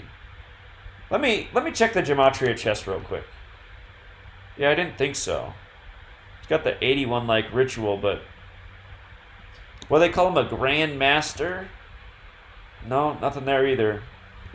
But anyway, dead exactly, so he's dead on his 44th week of his age on the 44 date numerology. Man. And again, I speculate, actually, I was going to say 2 movies to watch. Two movies to watch. If you want to watch a movie doubleheader to maybe figure out why this is going on, one of them is a pretty dumb movie, but this is exactly why they put in there what they did.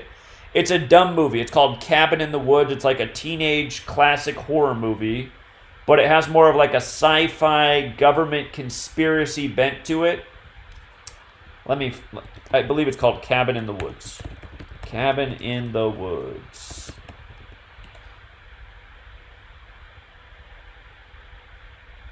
Did it come out in 2011? I thought I just looked it up and it came out in 2012. This is the movie right here. It has a cover that looks just like this, like a house that's kind of like a oh my god, a Rubik's Cube. It looks like it's being twisted around like a Rubik's Cube. But this is the right movie, and what you'll see in this movie is it's a lot to explain. These college kids are on spring break and they're going out to this house to party and have a good time, and they don't realize that they're being set up for this government human sacrifice ritual, and this house is on top of a government base, and throughout the movie, these government agents that are monitoring everybody through hidden cameras, they're talking about how they have to sacrifice these people in this annual ritual. You learn that it's an annual ritual. They do it once a year. They have to sacrifice 4 or 5 people. That's the criteria that they explain. They have to sacrifice 4 or 5 people, because if they don't, then the God of this earth will not be pleased, and the God of this earth will destroy the entire world. So this is the premise of the movie, and the government's orchestrating it because they're maintaining the order of the world by making sure this annual human ritual sacrifice happens so that the world continues to carry on. And when you watch the movie and you listen to the different remarks made by the government agents, you'll just see, I mean, that when you're awake and you watch this movie, it's really disgusting. It's just like, oh my God. Because the actors are watching the movie and like, this is funny. This is, oh my God, this is so corny and stupid. But that's why they do it. They put the truth. And I'm not saying that if they didn't ritually sacrifice people, the world would come to an end because the God of this world would destroy it. I don't know that that's not true, but obviously that's an ancient belief. I'm not saying that's true or not true. But what I am saying is definitely true about the movie is the way they have these government agents monitoring people, talking about the importance of why they need to control people and make certain things happen. So this movie, important to watch. And just for the record, what's the gematria of the title? The Cabin in the Woods. I just got to see. Oh my God, you guys. Do you see what it is in the most pure cipher? God, I didn't even know that. Remember, the movie is about human sacrifice. They make it very clear. At the end, they have people on a sacrificial altar. But human sacrifice is 86, just like blood sacrifice is 86. Now, I did know the gematria of the next movie I'm going to tell you, and it also has blood sacrifice gematria. It's called The Invitation. The Invitation 67, like blood sacrifice and human sacrifice. See how they're all 67 in the most pure cipher, like Satanic 67? This movie, if you have Netflix, I'm pretty sure, I think The Invitation's on Netflix, and I think The Cabin in the Woods is on Amazon Prime Streaming, which I know a lot of us have. As much as I don't like to support those companies, I got to admit I have them myself. But this movie, I think, is the more important movie. Now, honestly, I think they're both important to watch. But the reason this invitation movie is important is because what the movie's about, and sorry if I'm sort of ruining the movie for you, because I am, but I would still encourage watching them. You'll pick up a lot of stuff by watching them. But what this movie's about is a man who's a Hollywood type in the Hollywood Hills. He is hosting a party. And it's an awkward party because they're having people get together who haven't been around each other for like 10 years. And the reason they haven't hung out and they're old friends is because this really tragic thing happened the last time they were hanging out and a child was killed by accident. And one of the guys who's invited is the father of the child that was killed. And he doesn't feel right about going to this party because his ex and her new husband, who's the Hollywood type guy, are hosting it. Apparently, the couple got divorced after their child died because the death of the child was too much for their relationship. So anyway, he has this bad feeling about the party. And when he's going up to the party, he has this bizarre thing and he hits a coyote, which is probably the sign from God that there's something wrong with this party. But anyway, he has this bad vibe the whole time he's there. And the vibe just gets worse and worse and worse. And he has this breakdown at the end and everyone thinks he's crazy. He's lost his mind. But it turns out he's right. What you learn at the end of the movie is the Hollywood type, he's indoctrinated some people into this cult. And by the way, you guys, the word cult, they got me thinking about the word cult. Cult equals, whoops, spell it right. Cult equals 56, the number that's all over the coronavirus thing. And I notice how when David Icke keeps talking about this, he keeps referring to the people responsible as the cult, which equals 89 like virus. 37 like actually the cult and virus have overlap in 3 out of the 4 ciphers. Anyway, the movie is about how these people have been indoctrinated into a cult, and it's this special night of the year, and they're supposed to perform a human sacrifice.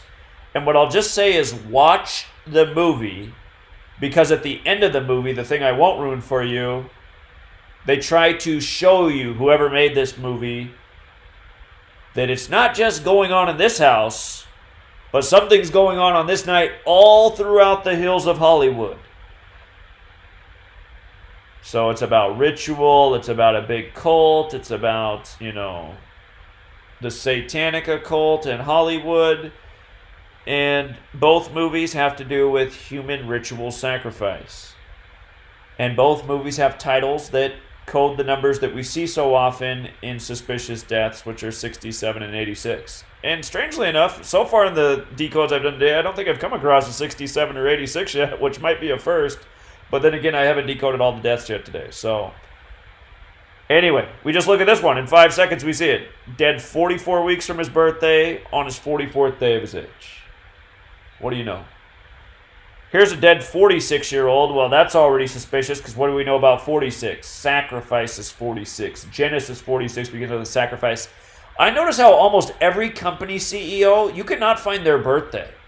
You cannot find their birthday. So I don't have his birthday, so I can't do the full decode, but he died from cardiac arrest at a relatively young age on this kill date. I'm pretty sure he did not go out naturally. And look at his name, you guys. 64, like it's 64 date numerology, like kill 64. This is what you'll see again and again. The 154 stands out as well, and that same cipher, ritual sacrifice, is 154. So, okay, there's another death today. 64 date, kill 64, his name's 64. Dead at 46, the reflection. Just for kicks, what's the Gematria? Hold on. His name is 80, like Bavarian Illuminati, because it's Bavarian Motorworks, BMW. Whoops, no, I typed it. BMW's got the 38, like death. Well, they're out of Germany. Germany's 38 as well, but death, murder, killing, RIP 38. All right, let's just keep moving through the list here. Let's just check out these deaths in the headlines. 52, that's not that old. Another Indian dude. No, actually, I take it back. He's Sikh. Well, he might be Indian, though, but he's Sikh. Well, we don't have his birthday, so it's hard. Again, it's hard to do a proper decode. He was the British emergency care consultant, described as the first person of Sikh heritage to hold such a role in the United Kingdom.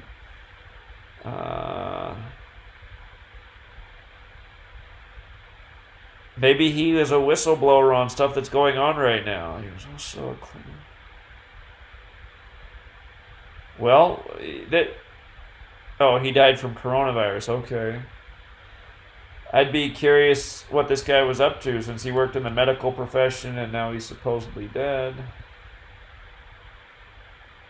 Well, he doesn't have our 4464. He's got that 81, which is shown up in a number of stories today. That's the ritual number.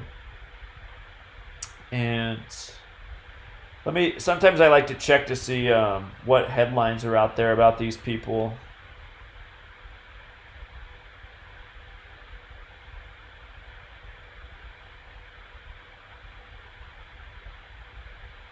Yeah, it's okay. I'm going to let it go. If you do more research, there might be something. You know, they might just throw a number right in your face. He was responsible for 44 clinical trials, or just something like that. You'll see it all the time on these dates. You're like, God, they just, a couple months ago when Robert Archibald died on the 44 date, they mentioned how his NBA career only lasted 44 games. It's just, again and again, the same numbers. So here's someone dead at 73, sacrificed 73 with the alphabetic order. His birthday, March 25th, so that means that he died 26 days after his birthday, or it would also be his 27th day of his age if you count the span of days. Rituals 27. So he's got a long name, but it looks like this is the name he most commonly went by. And again, I mean, these are lazy decodes, but these are just surface level where you would start with the name, measure from the birthday. Gabriel Reitz, 121. That stands out to me right away. More fateful gematria. Blood sacrifices, 121. He's got the 58, 77, like secret society. But again, to do a decode justice, it's always good. And again, he was 73 years old, sacrificed 73.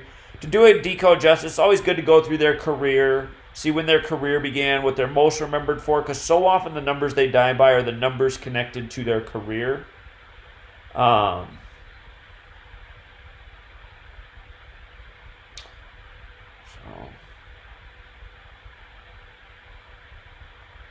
Looks like his first film was in 1970, so 50 years ago. You can check the gematria of his full name. That's a really long name. His full name's got a 607 in it. That's kind of suspicious. You see the 229? That's the 50th prime number right there. So if you click on that, again, it's not going to pop up the screen I'm looking at, but that's the 50th prime. So his career lasted 50 years. And his full name is 229, the 50th prime. His career ends at 50 years due to his premature passing.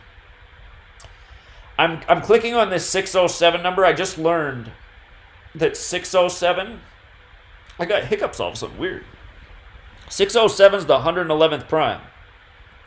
I normally only get hiccups if I eat something really, really spicy. I don't know why I have hiccups right now. Okay,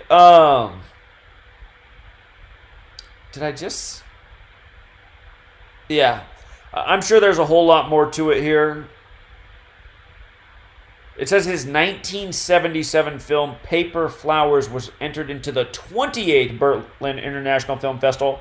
Remember, Kill is 28, and today has 28 date numerology as well. That could matter. And let's just run the gematria on that. Paper Flowers. That would have come out 77. That was 43 years ago. R.I.P. is 43. Ah, look at that, you guys. Paper Flowers 64. So the movie that got him his recognition, Paper Flowers, 64. Today has 64 date numerology. And now that I think about it, that came out in 77, right?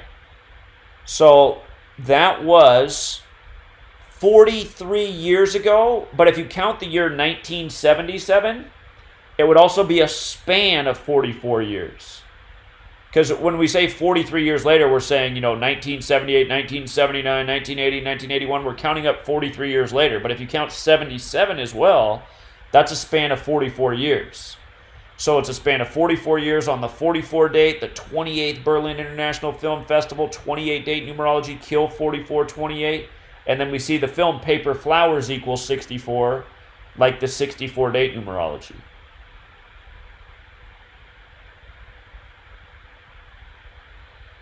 And I'm sure there's a lot more too. Again, these are just lazy decodes right here. What do we got here? Canadian politician. Death announced on this date. So announced on this date, announced on the 44 date, right? He died 17/4, the same day Barbara Bush died. That reminds me of 174, like Number of the Beast, New World Order, George Herbert Walker Bush, Mr. New World Order. His wife Barbara died on April 17th in 2018. But we don't have his birthday, so hard to do much of a decode there. We could check his name gematria real quick. Another guy with an 81. That 81 is popping. All right, I'm going to skip over that one because we don't have a lot of information. A 79-year-old, remember murder's 79. He was coming up on his 80th birthday. Irish businessman best known for the creation of the offshore radio station Radio Caroline and is manager of George Lazenby, who played James Bond in only one film. All right, so again, you would just run the birthday, May 21st, run it both ways, May 21st, 2019 to today. Died 335 days after his birthday, 47 weeks and 6 days. The span would be 336, a span of 48 weeks. And to his upcoming birthday, does that mean he died 30 days shy of his birthday? 31 days? 31 days shy. Okay, those numbers, they might be relevant to his career. Sometimes you don't know until you start to do the research. Ronan O'Reilly. That's an interesting way to spell O'Reilly, if that's how you pronounce it. O'Reilly? Alright, let's check the surname. His surname does have the 44 gematria. That interesting name. It's also got the 46 like sacrifice. Again, he's dead on the 44 date. His first name, Ronan's got the 28, like the 28 date numerology. Also 62 and 73 like sacrifice. So there are some interesting things to his name. And then it said he's known for Radio Caroline. Look at that. I see it right there on the pop-up. Look at what year it was founded, you guys. 1964. And now dead on the 64 date numerology. So that's absolutely important. And then let's see. Radio Caroline. It's got the 83 like murder. Just see the name Caroline alone. It's got some interesting values there, but yeah, I think the fateful gematria in it and the year 64. They didn't say this guy died from coronavirus, did they? Because I'm just thinking that was looks like they haven't. Let me see what his cause of death is if it's out there.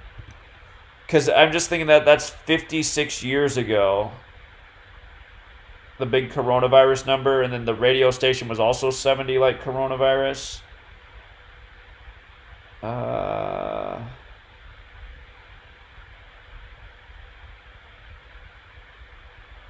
No. It looks like vascular dementia. So...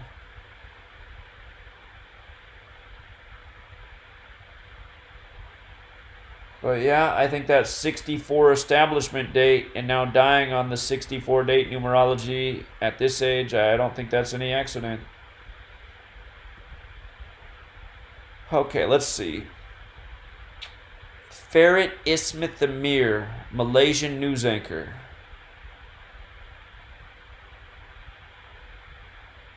So they work for RTM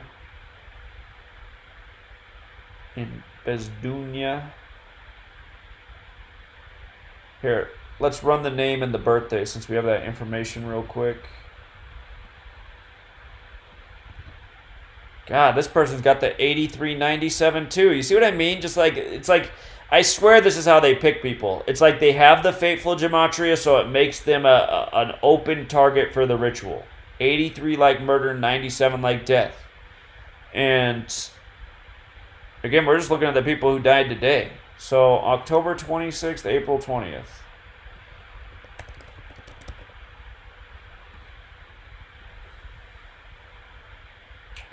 $177 days after the birthday. In light of them working in media, here's what I think of with that. Propaganda. That's what media does. Propaganda is 177. New World Order is 177. So that just jumps out to me right away. Like, okay, there's a number that I associate with that. Propaganda and New World Order. This is a media person.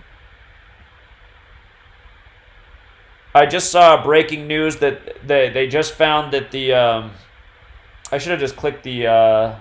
it was a heavy.com article, but I just got the notification in the top right corner that yesterday's gunman killed 19 people before himself, so now there's 20 dead. 20 dead in 2020, including 19 people he killed. Before, it was 19 dead, including him. Now it's 20 total dead with 19 victims. Breaking news.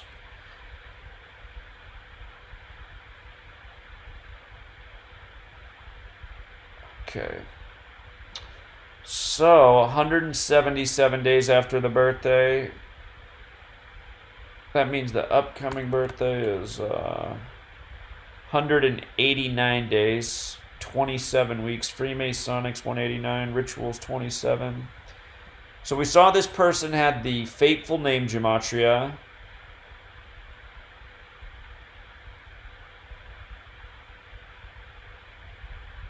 I'm just reading a little bit of this blurb right here. In light of people dying on the 20th as well, don't forget that death alone is 20, so. But let's just see the acronym here, RTM Media, that they work for. I'm not really seeing anything in that. RTM, I don't see it. But that fateful name Gematria on this kill date could be some story they covered. There's probably something else. It mentions something about his sons. It says his son in past tense. But it doesn't look like... Why does it say was? Is his son alive? Let me just see if I can look up a DJ's fuzz. If his son is some sort of celebrity, well, it might be hard to get his information.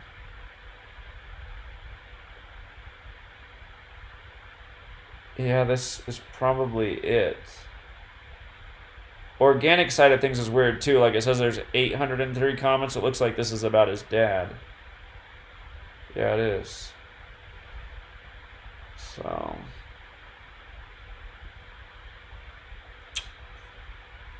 It could be for his son, but if we don't have the information on his son,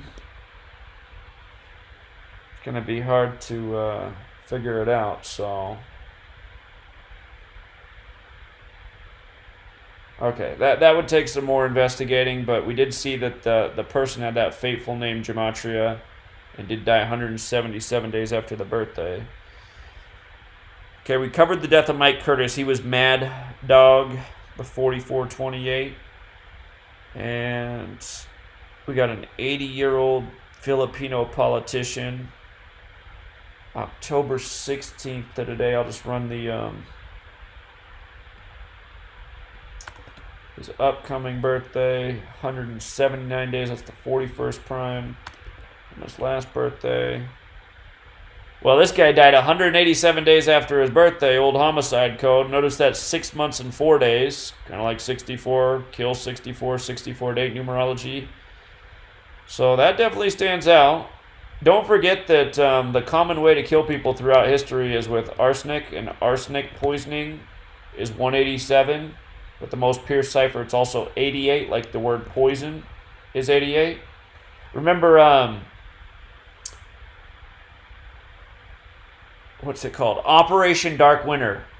June 22nd and 23rd of 2001, they simulated an anthrax attack, like how there were the anthrax attacks right after 9/11, and from the first day of the simulation, June 22nd, to the first anthrax attack was 88 days later.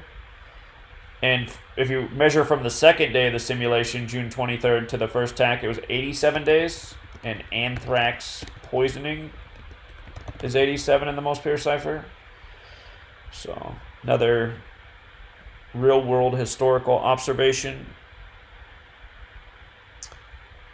So, it looks like he went by this name, so we'll run this name that he was known by, and we'll also look at his full name. What's this guy? This guy's got the 177 too?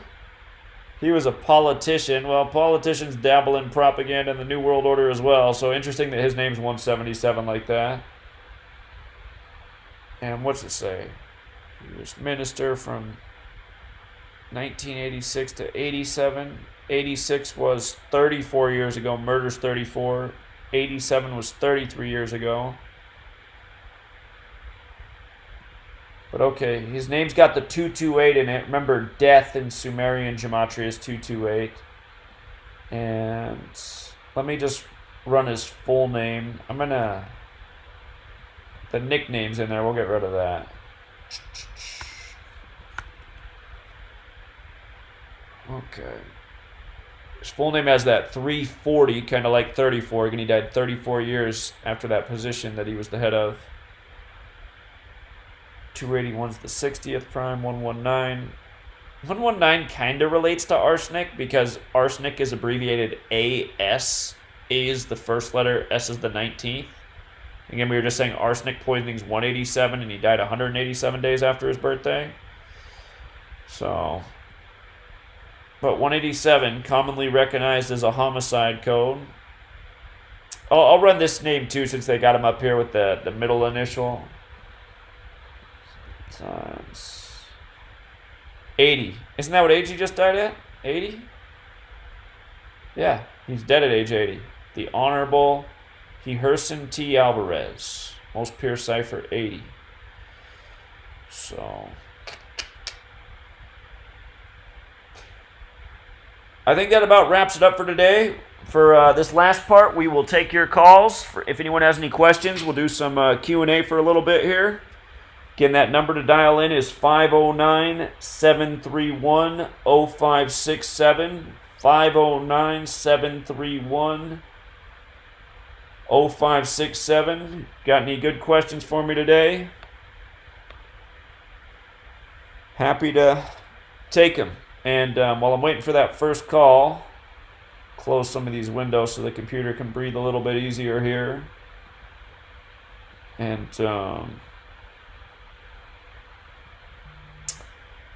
we got a call.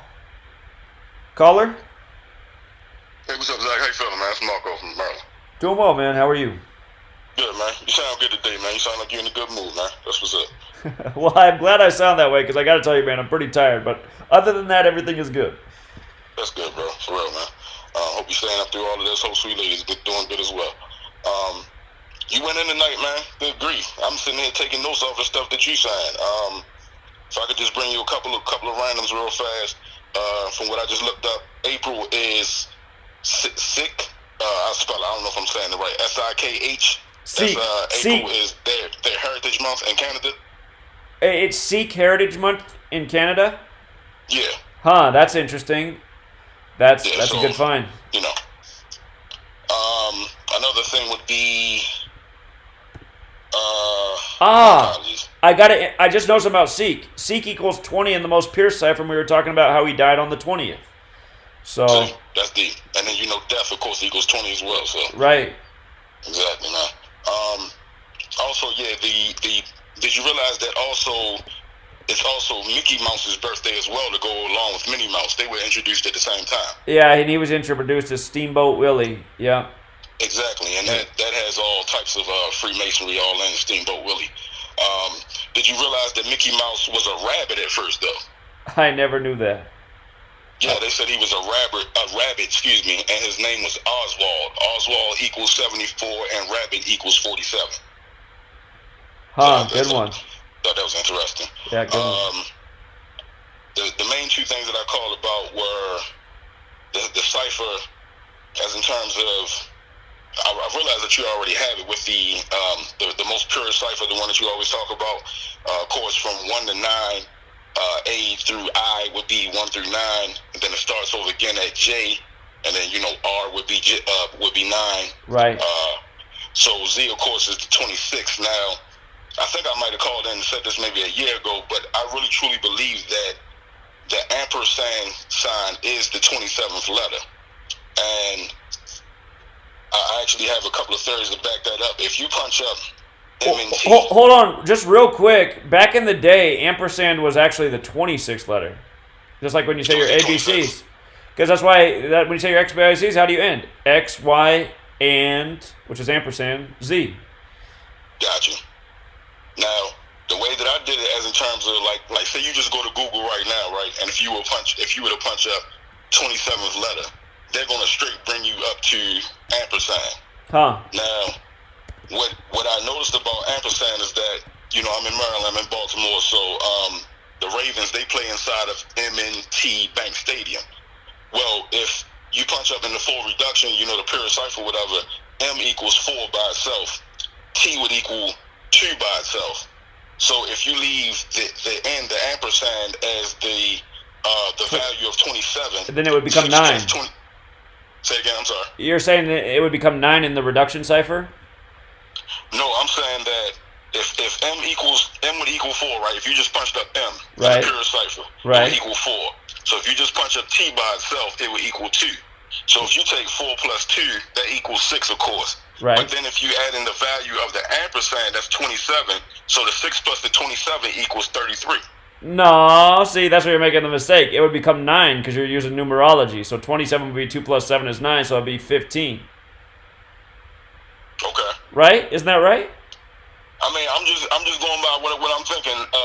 Let me finish with these last two things. Just going off of what I just said and that thought process. And I could be wrong. Again, hold on. Hold on. I just want you to think about this. Okay, I agree. I see what you're saying. If you count ampersand as the 27th letter, it's 27, right?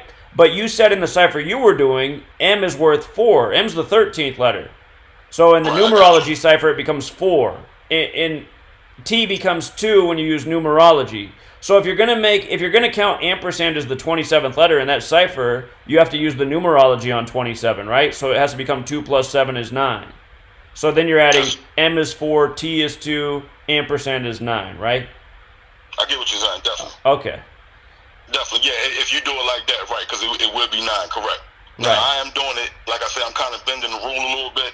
But as me bending that rule, though, there's a lot of other I guess things that go along with that. So for example, A and W, same thing. The A would be 1, then W would be 5. So that equals 6 again, and then again plus that 27 would make it 33. The same thing with A and E, like the channel. A of course is 1, E is 5. That again equals 6, and then plus the 27 again equals 33. I see what you're saying. It is interesting, but then you're doing numerology on everything but the ampersand. To me, that doesn't seem consistent. I see exactly what you're saying, and I can agree with that. I can appreciate that. Yeah.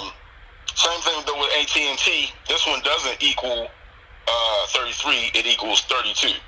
So A being 1, T being 2, and then N again 27, and then T that's 2 again. Now so I'll tell you what, man. I'm seeing someone with AT&T that's creeping me out right away. If you count ampersand as 27, it would be 68 with the alphabetic order, like how they made 911 the national emergency dialing code in 1968, the year all that stuff went down.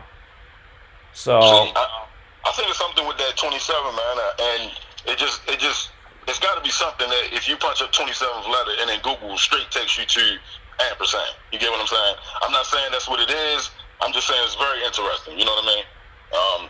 Yeah, it's just interesting to me. And I did a couple other ones. Eminem. I'm not going to really go through all of them, but yeah, look up Dolce Gabbana, H&M. A lot of them, they just. There's something about that, I have to say. Well, again, you could be dead on because, again, Faith Giovanni in 1970 or whenever she wrote that book said there's 100 ciphers in use, and maybe some of them are taking into account ampersand because it did used to be recognized as a letter of the alphabet. So, right, definitely.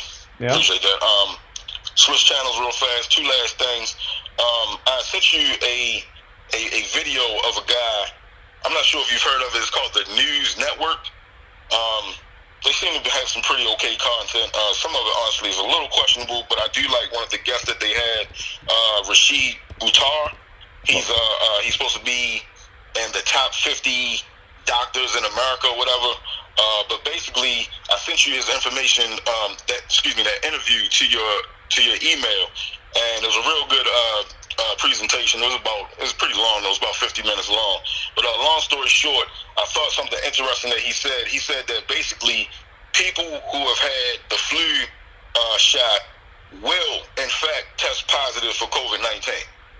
What are your thoughts on that? Here's what I'm gonna say about it. I can honestly prove that that's false, and here's how I can prove that it's false. My sweet lady has to get the flu shot for school, right? Okay. So she has the flu shot, and then the other week, I told you guys, I think you probably heard when I talk about how she started to worry that she had coronavirus because her friend and classmate got diagnosed with it. So she wanted to go get tested, and I was telling her I didn't want her to get tested because it seemed like she was okay. And I said, honestly, I don't think you want to be in this database. But she really wanted to go get tested, so we went and got tested, or she got tested. I didn't get tested, but she got tested, and her result came back negative. So now I'm hearing a lot of people in the truth community throwing that information around like it's true. I know from personal experience it's not true because she has the flu shot, and she tested negative. So to me, that tells me that information getting thrown around everywhere is bogus. Say no more. I'm killing that. I'm killing that vibe right there. Then. Say no more. Last point about your 108. 108 is a very interesting and deep number. For one, in the Indian, or I'd rather say Buddhist and the Hindu religions, 108 refers to spiritual completion. 108 is also how they talk about the 108 earthly desires of the world. They talk about letting those desires go through meditation.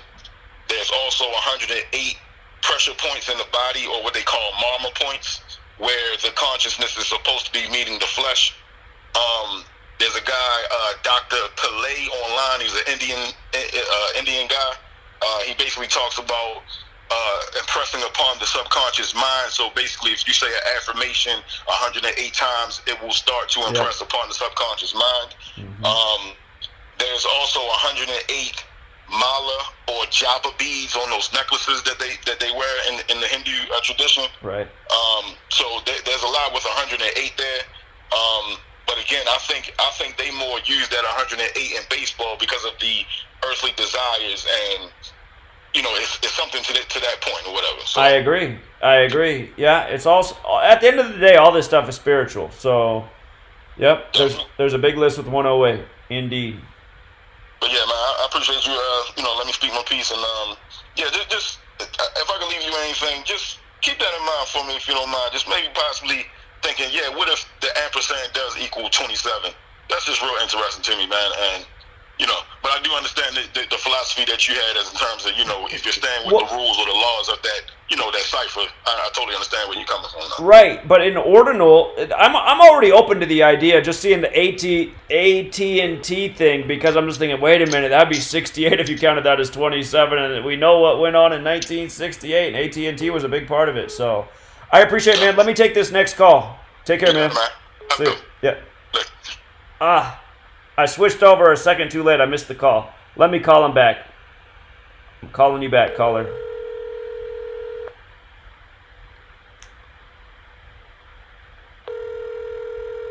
Hello? Hey, I missed your call by a second. What's up, man? Well, actually, I accidentally hit the number, but that's all right. I was watching that Demolition Man movie. I was thinking about something, and in that movie, Sandra Bullock is talking about how there was a big earthquake in 2010, which we didn't have a big earthquake in 2010, I don't believe. And 2011, a year later, 2011, you could look at the Fukushima one, maybe. Yep. But she referred to it as the earthquake. And so I looked up the earthquake, and of course it has a reverse satanic of 666. But I wanted to run by the 2010 thing, because I was just trying to think, like, man, if there's something more to that or not. But It is a thought. I'd have to think about it. I don't have anything off the top, but that's something I was just kind of mulling over in my head. But I was going to throw it out there too. Maybe you can think about it, and if something does happen, that little bit of info too. So yeah, I got to figure out a way to see that movie. All right, appreciate it, man. All right, take it easy. All right, take care. Bye. Okay, and one other thing I said we would talk about tonight that we haven't is what you guys think is the best route going forward for us as a community. What would you like to see me do? Again, I feel really inspired yesterday after talking to people. People were really connecting with what I was saying yesterday about the 222 and the rituals with 9/11. I mean, everyone was getting it except for the people who just didn't want to hear anything bad about Trump. And again, I'm not worried about those people because they're just in a whole nother state of mind control, and they're probably hopeless. But a lot of people really got it yesterday, and I'm envisioning pounding pavement city to city, educating about this, helping people see just how the agenda is and how it's being executed in an undeniable fashion. But a lot of people who listen to me at the end, they'd say, so, okay, this is going on. What are we going to do about it? And I say, well, what we're going to do about it, it's a big task, but I mean, there has to be a revolution. We have to get rid of this federal government. We have to shut down this mainstream media. And everyone's like, but how are we going to do that? Most people aren't willing to go to war, with anything. And I mean, there are peaceful ways that can be done, but everybody has the same questions. But it's like, first of all, if anything's going to be done, we have to wake up enough people that we have a large enough group of people to make the change happen. We got another call here. Caller? Hi, this is Alex. I just wanted to say that I like your work, and I want to keep it short. I mentioned earlier a post on the Free to Find Truth website about Pazuzu, who is this devil. There's a guy actually named after him who happened to die on Bill Gates' birthday. Apparently this guy was a Satanist as well. I just think it's really weird, but you should check it out. Okay, first of all, thank you very much for your super chat, and I did see your comment. I was trying to scan for the post. Is your name on Free to Find Truth, Alex, on there as well? It's Petunia. Oh, it's Petunia. You're the same person who made the flyer. Yeah. Thank you very much for that also. And okay, I will scan again. I was looking for somebody named Alex. That was my mistake. So, how many hours ago did you post it? It's probably like 24 hours ago. I'll go back and find it as soon as I'm done with this live stream. So, thank you very much for that again.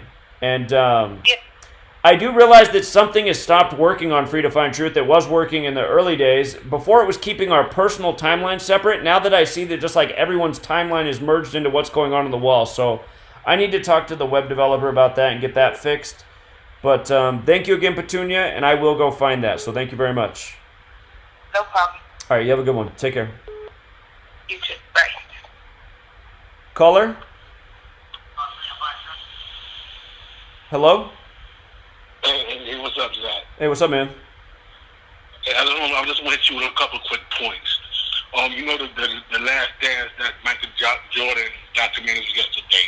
Right. Yesterday was April 19th. That was the first day of Taurus, right? Right. And he played for the Chicago Bulls. Good point. Taurus and Bulls. Good. That's a good one. Go ahead, Zach. No, I'm saying that's a really good connection. Yeah, Taurus is the bull. So, yeah, how much does that makes so much sense. And remember how they said that it was supposed to come out in June, but then they bumped it up, and now you just see even more of the ritual. And another thing, Chicago Bulls and the last dance in English ordinal is 112, reverse ordinal is 212, and reverse full reduction is 68. Right, Chicago Bulls and basketball connections. Yeah. Yeah. And the other story, a couple more things. Did you see the story about the 73% of some jail in Ohio? I think the jail had like 3,500 inmates, and they said like 1,800 are affected with coronavirus. And I'm thinking about today's date with the 64-44 date, and I'm thinking like that many people they would announce that today. Yeah, no doubt. News by the numbers. And just you bringing that up, yesterday when King Henry and I drove out to Olympia, the whole way there we were listening to the coronavirus channel on Sirius XM. Oh, God, it was just the worst, man. But we laughed at some things. They talked about how a homeless shelter in Boston, they tested all 400 homeless people there for coronavirus, and they said 164 out of the 400 tested positive, but all 164 had no symptoms. And I was like, come on, man. Almost half test positive, but not a single one has symptoms? What does that tell you about this thing? Like, what kind of deadly virus is that? Everyone has it, but no one has any symptoms? I mean, it's so obvious that none of this makes any sense. Plus, it's coming out of Ohio, and it's 1,800. That's a lot of inmates. 1,800 out of 35. They said 73%. They made sure they said 73% of the population in that jail was infected.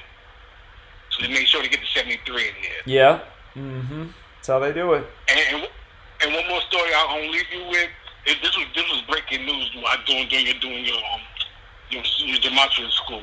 The CNN reported this news first, talking about Kim Jong-un. He's talking about he's in grave danger after surgery. I load up their front page. Yeah, coming from the U.S. whatever they security intelligence, whatever. So I was talking to my cousin. I said North Korea been quiet. They ain't been in the news. So I said, watch North Korea be in the news about something. And then a couple minutes later, this story popped up. So I know this about you. And one more thing I thought about him. Did you say they changed his birthday a couple of times? Well, remember, they did. They kept him 33 years old 2 years in a row, and I had the news footage because CNN 2 years in a row talked about it being his 33rd birthday, and I was like, look at this. He's turning 33 2 years in a row, according to CNN and Wikipedia and all that, changed his birthday. Because at first he was born in 1983, and then they changed his birthday to 1984. And the reason I think they did that is... Well, the reason I think they changed his birthday to 1984 is because George Orwell wrote the book 1984, and George Orwell died on the day that the Korean War began, if I remember correctly. So I gotta go back and research that, but it's some riddle like that. So let me see. So that's interesting. The word Asian is 44, so he's this infamous Asian leader on this 44 date. Let me see. Right now, he's 36 years old right now. Yeah, because they say he's born in 84. Had they not changed his birthday, he would have been 37. Let me see. Yes. Let's see. January 8th. I just want to see how many days it is. Well, I think that means today would be 103 days later, because if I'm not mistaken, today's the 111th day of the year. So it'd be 103 days after his birthday, the 27th prime, rituals 27, Scottish 103. Let's see. Let me run his name real quick. Kim Jong-un. I forget what his name Gematria is. Yeah, I know the last name by itself is 8127, 8127, just the last name by itself. Okay, Kim Jong-un's 114 and 42, like World War. Yeah, 8127, 8127. I'm going to have to think about it more, but yeah, on this date with the fateful numbers, that would be something if he was reported dead. So. You think they'll take Kim out?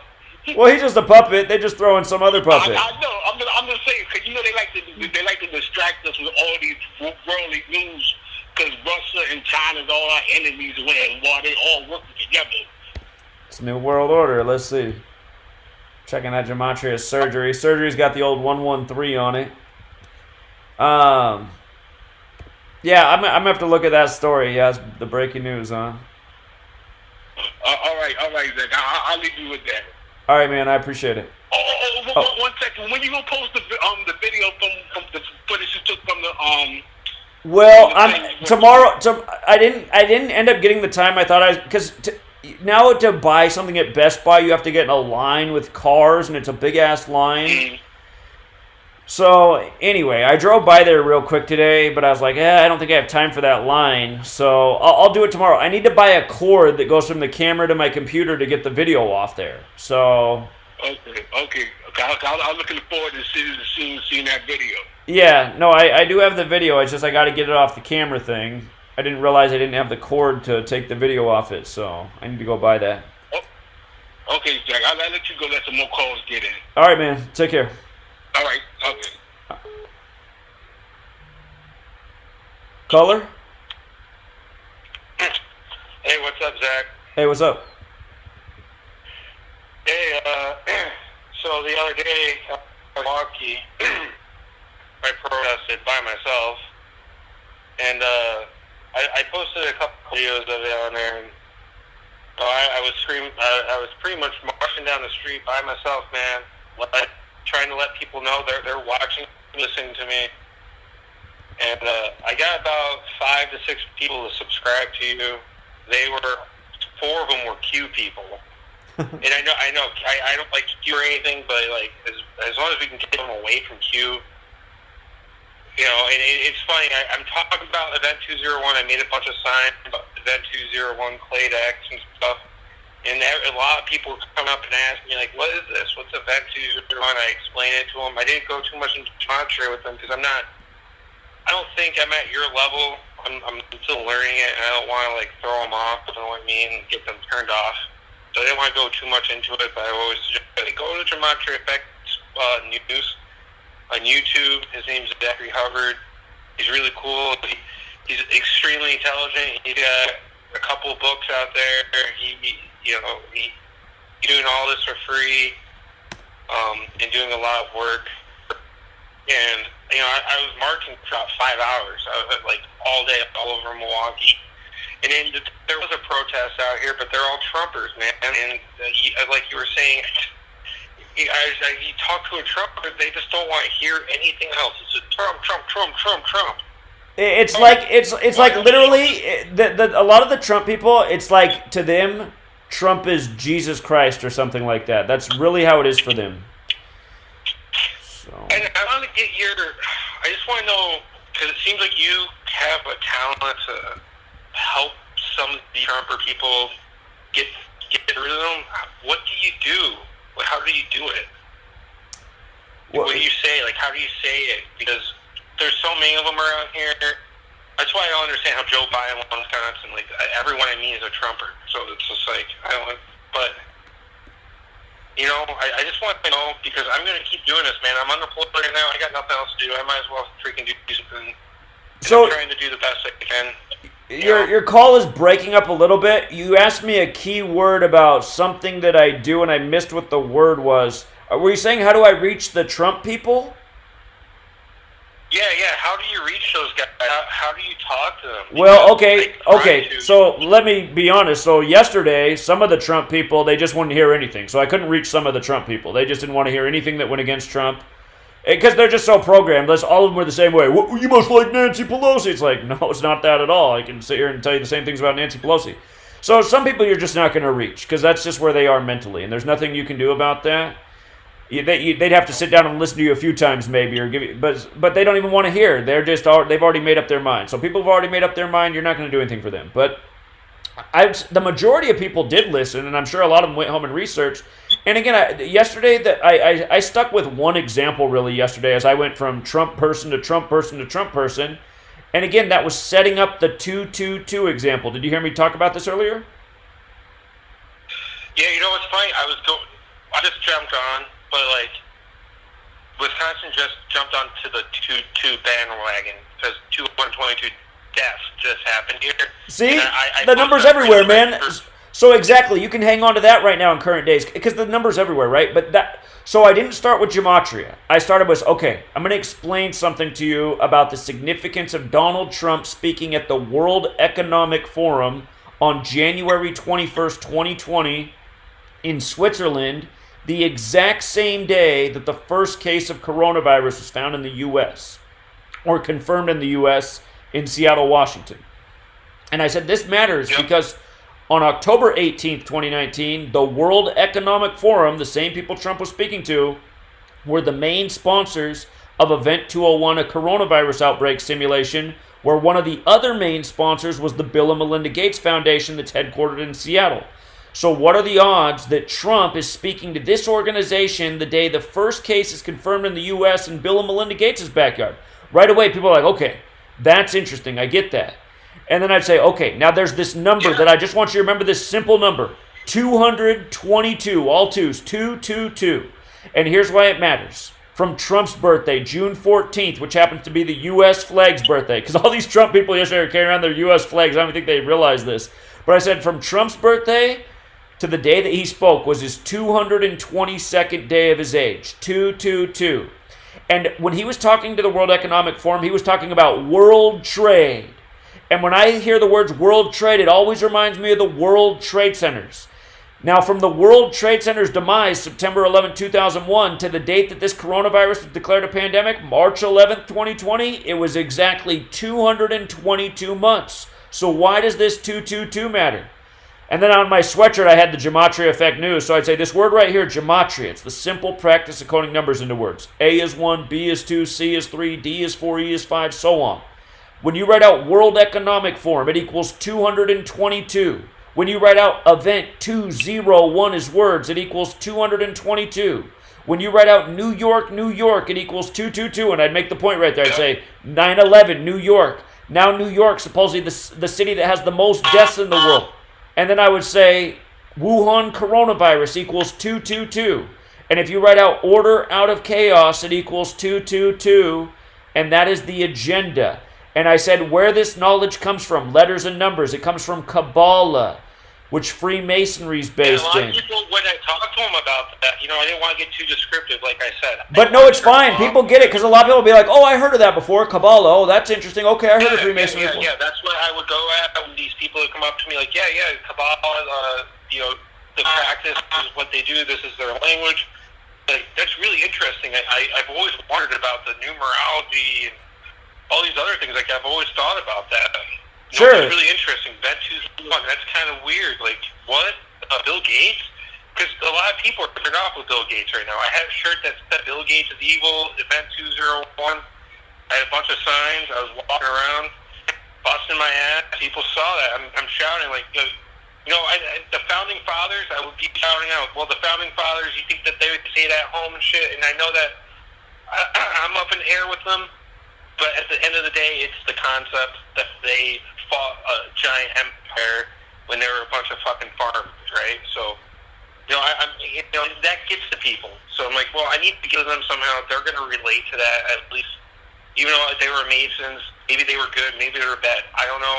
I don't know how much evidence there is of it, of this being evil. But they did have some good philosophy that I agree with. So I'm like, well, I'm going to use that. I'm like literally shouting this out. Trump's a bitch. Tony Evers, our governor, he's a bitch. I'm not going to listen to his executive orders. That's my new bullet paper. I'm yelling this out. Everyone's listening to me. Like, and they're all coming up to me, talking to me, and everything like that. But, man, who is this guy? Like, where the hell did this guy come from? And I hope I swayed people. Sure. And I know that you're doing. Them subscribe to you. Well, I was going to say, you're doing a great job, man. But yeah, I would really work with that 222 example because a lot of people got it. It's an easy number to remember.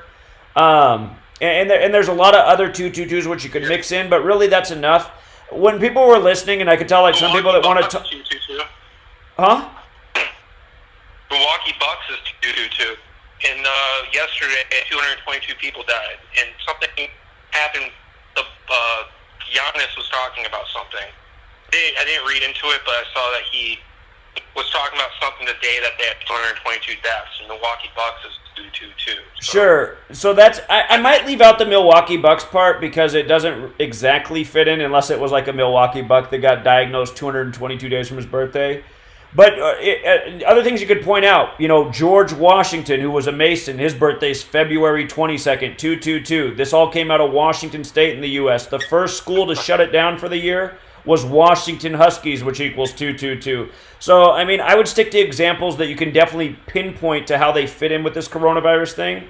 Just bringing up the 222 in the Milwaukee definitely connects. But the other example that I gave to some people yesterday, some people I just talked about the 222, some people I went further just because they were asking questions and wanted to know more. Another really strong example to show people is from the date that Trump was at the World Economic Forum to the date that he signed off on the $6.2 trillion in stimulus. That was a span of 65 days. He signed off March 25th. He spoke there January 21st in Switzerland, where the banks are. And the stimulus was mostly for the big banks, which a lot of them, their roots trace back to Switzerland. So you can point out that it was a span of 65 days. That matters because Switzerland equals 65, Pandemic 65, Knights Templar 65, explain how the Knights Templar were the original bankers.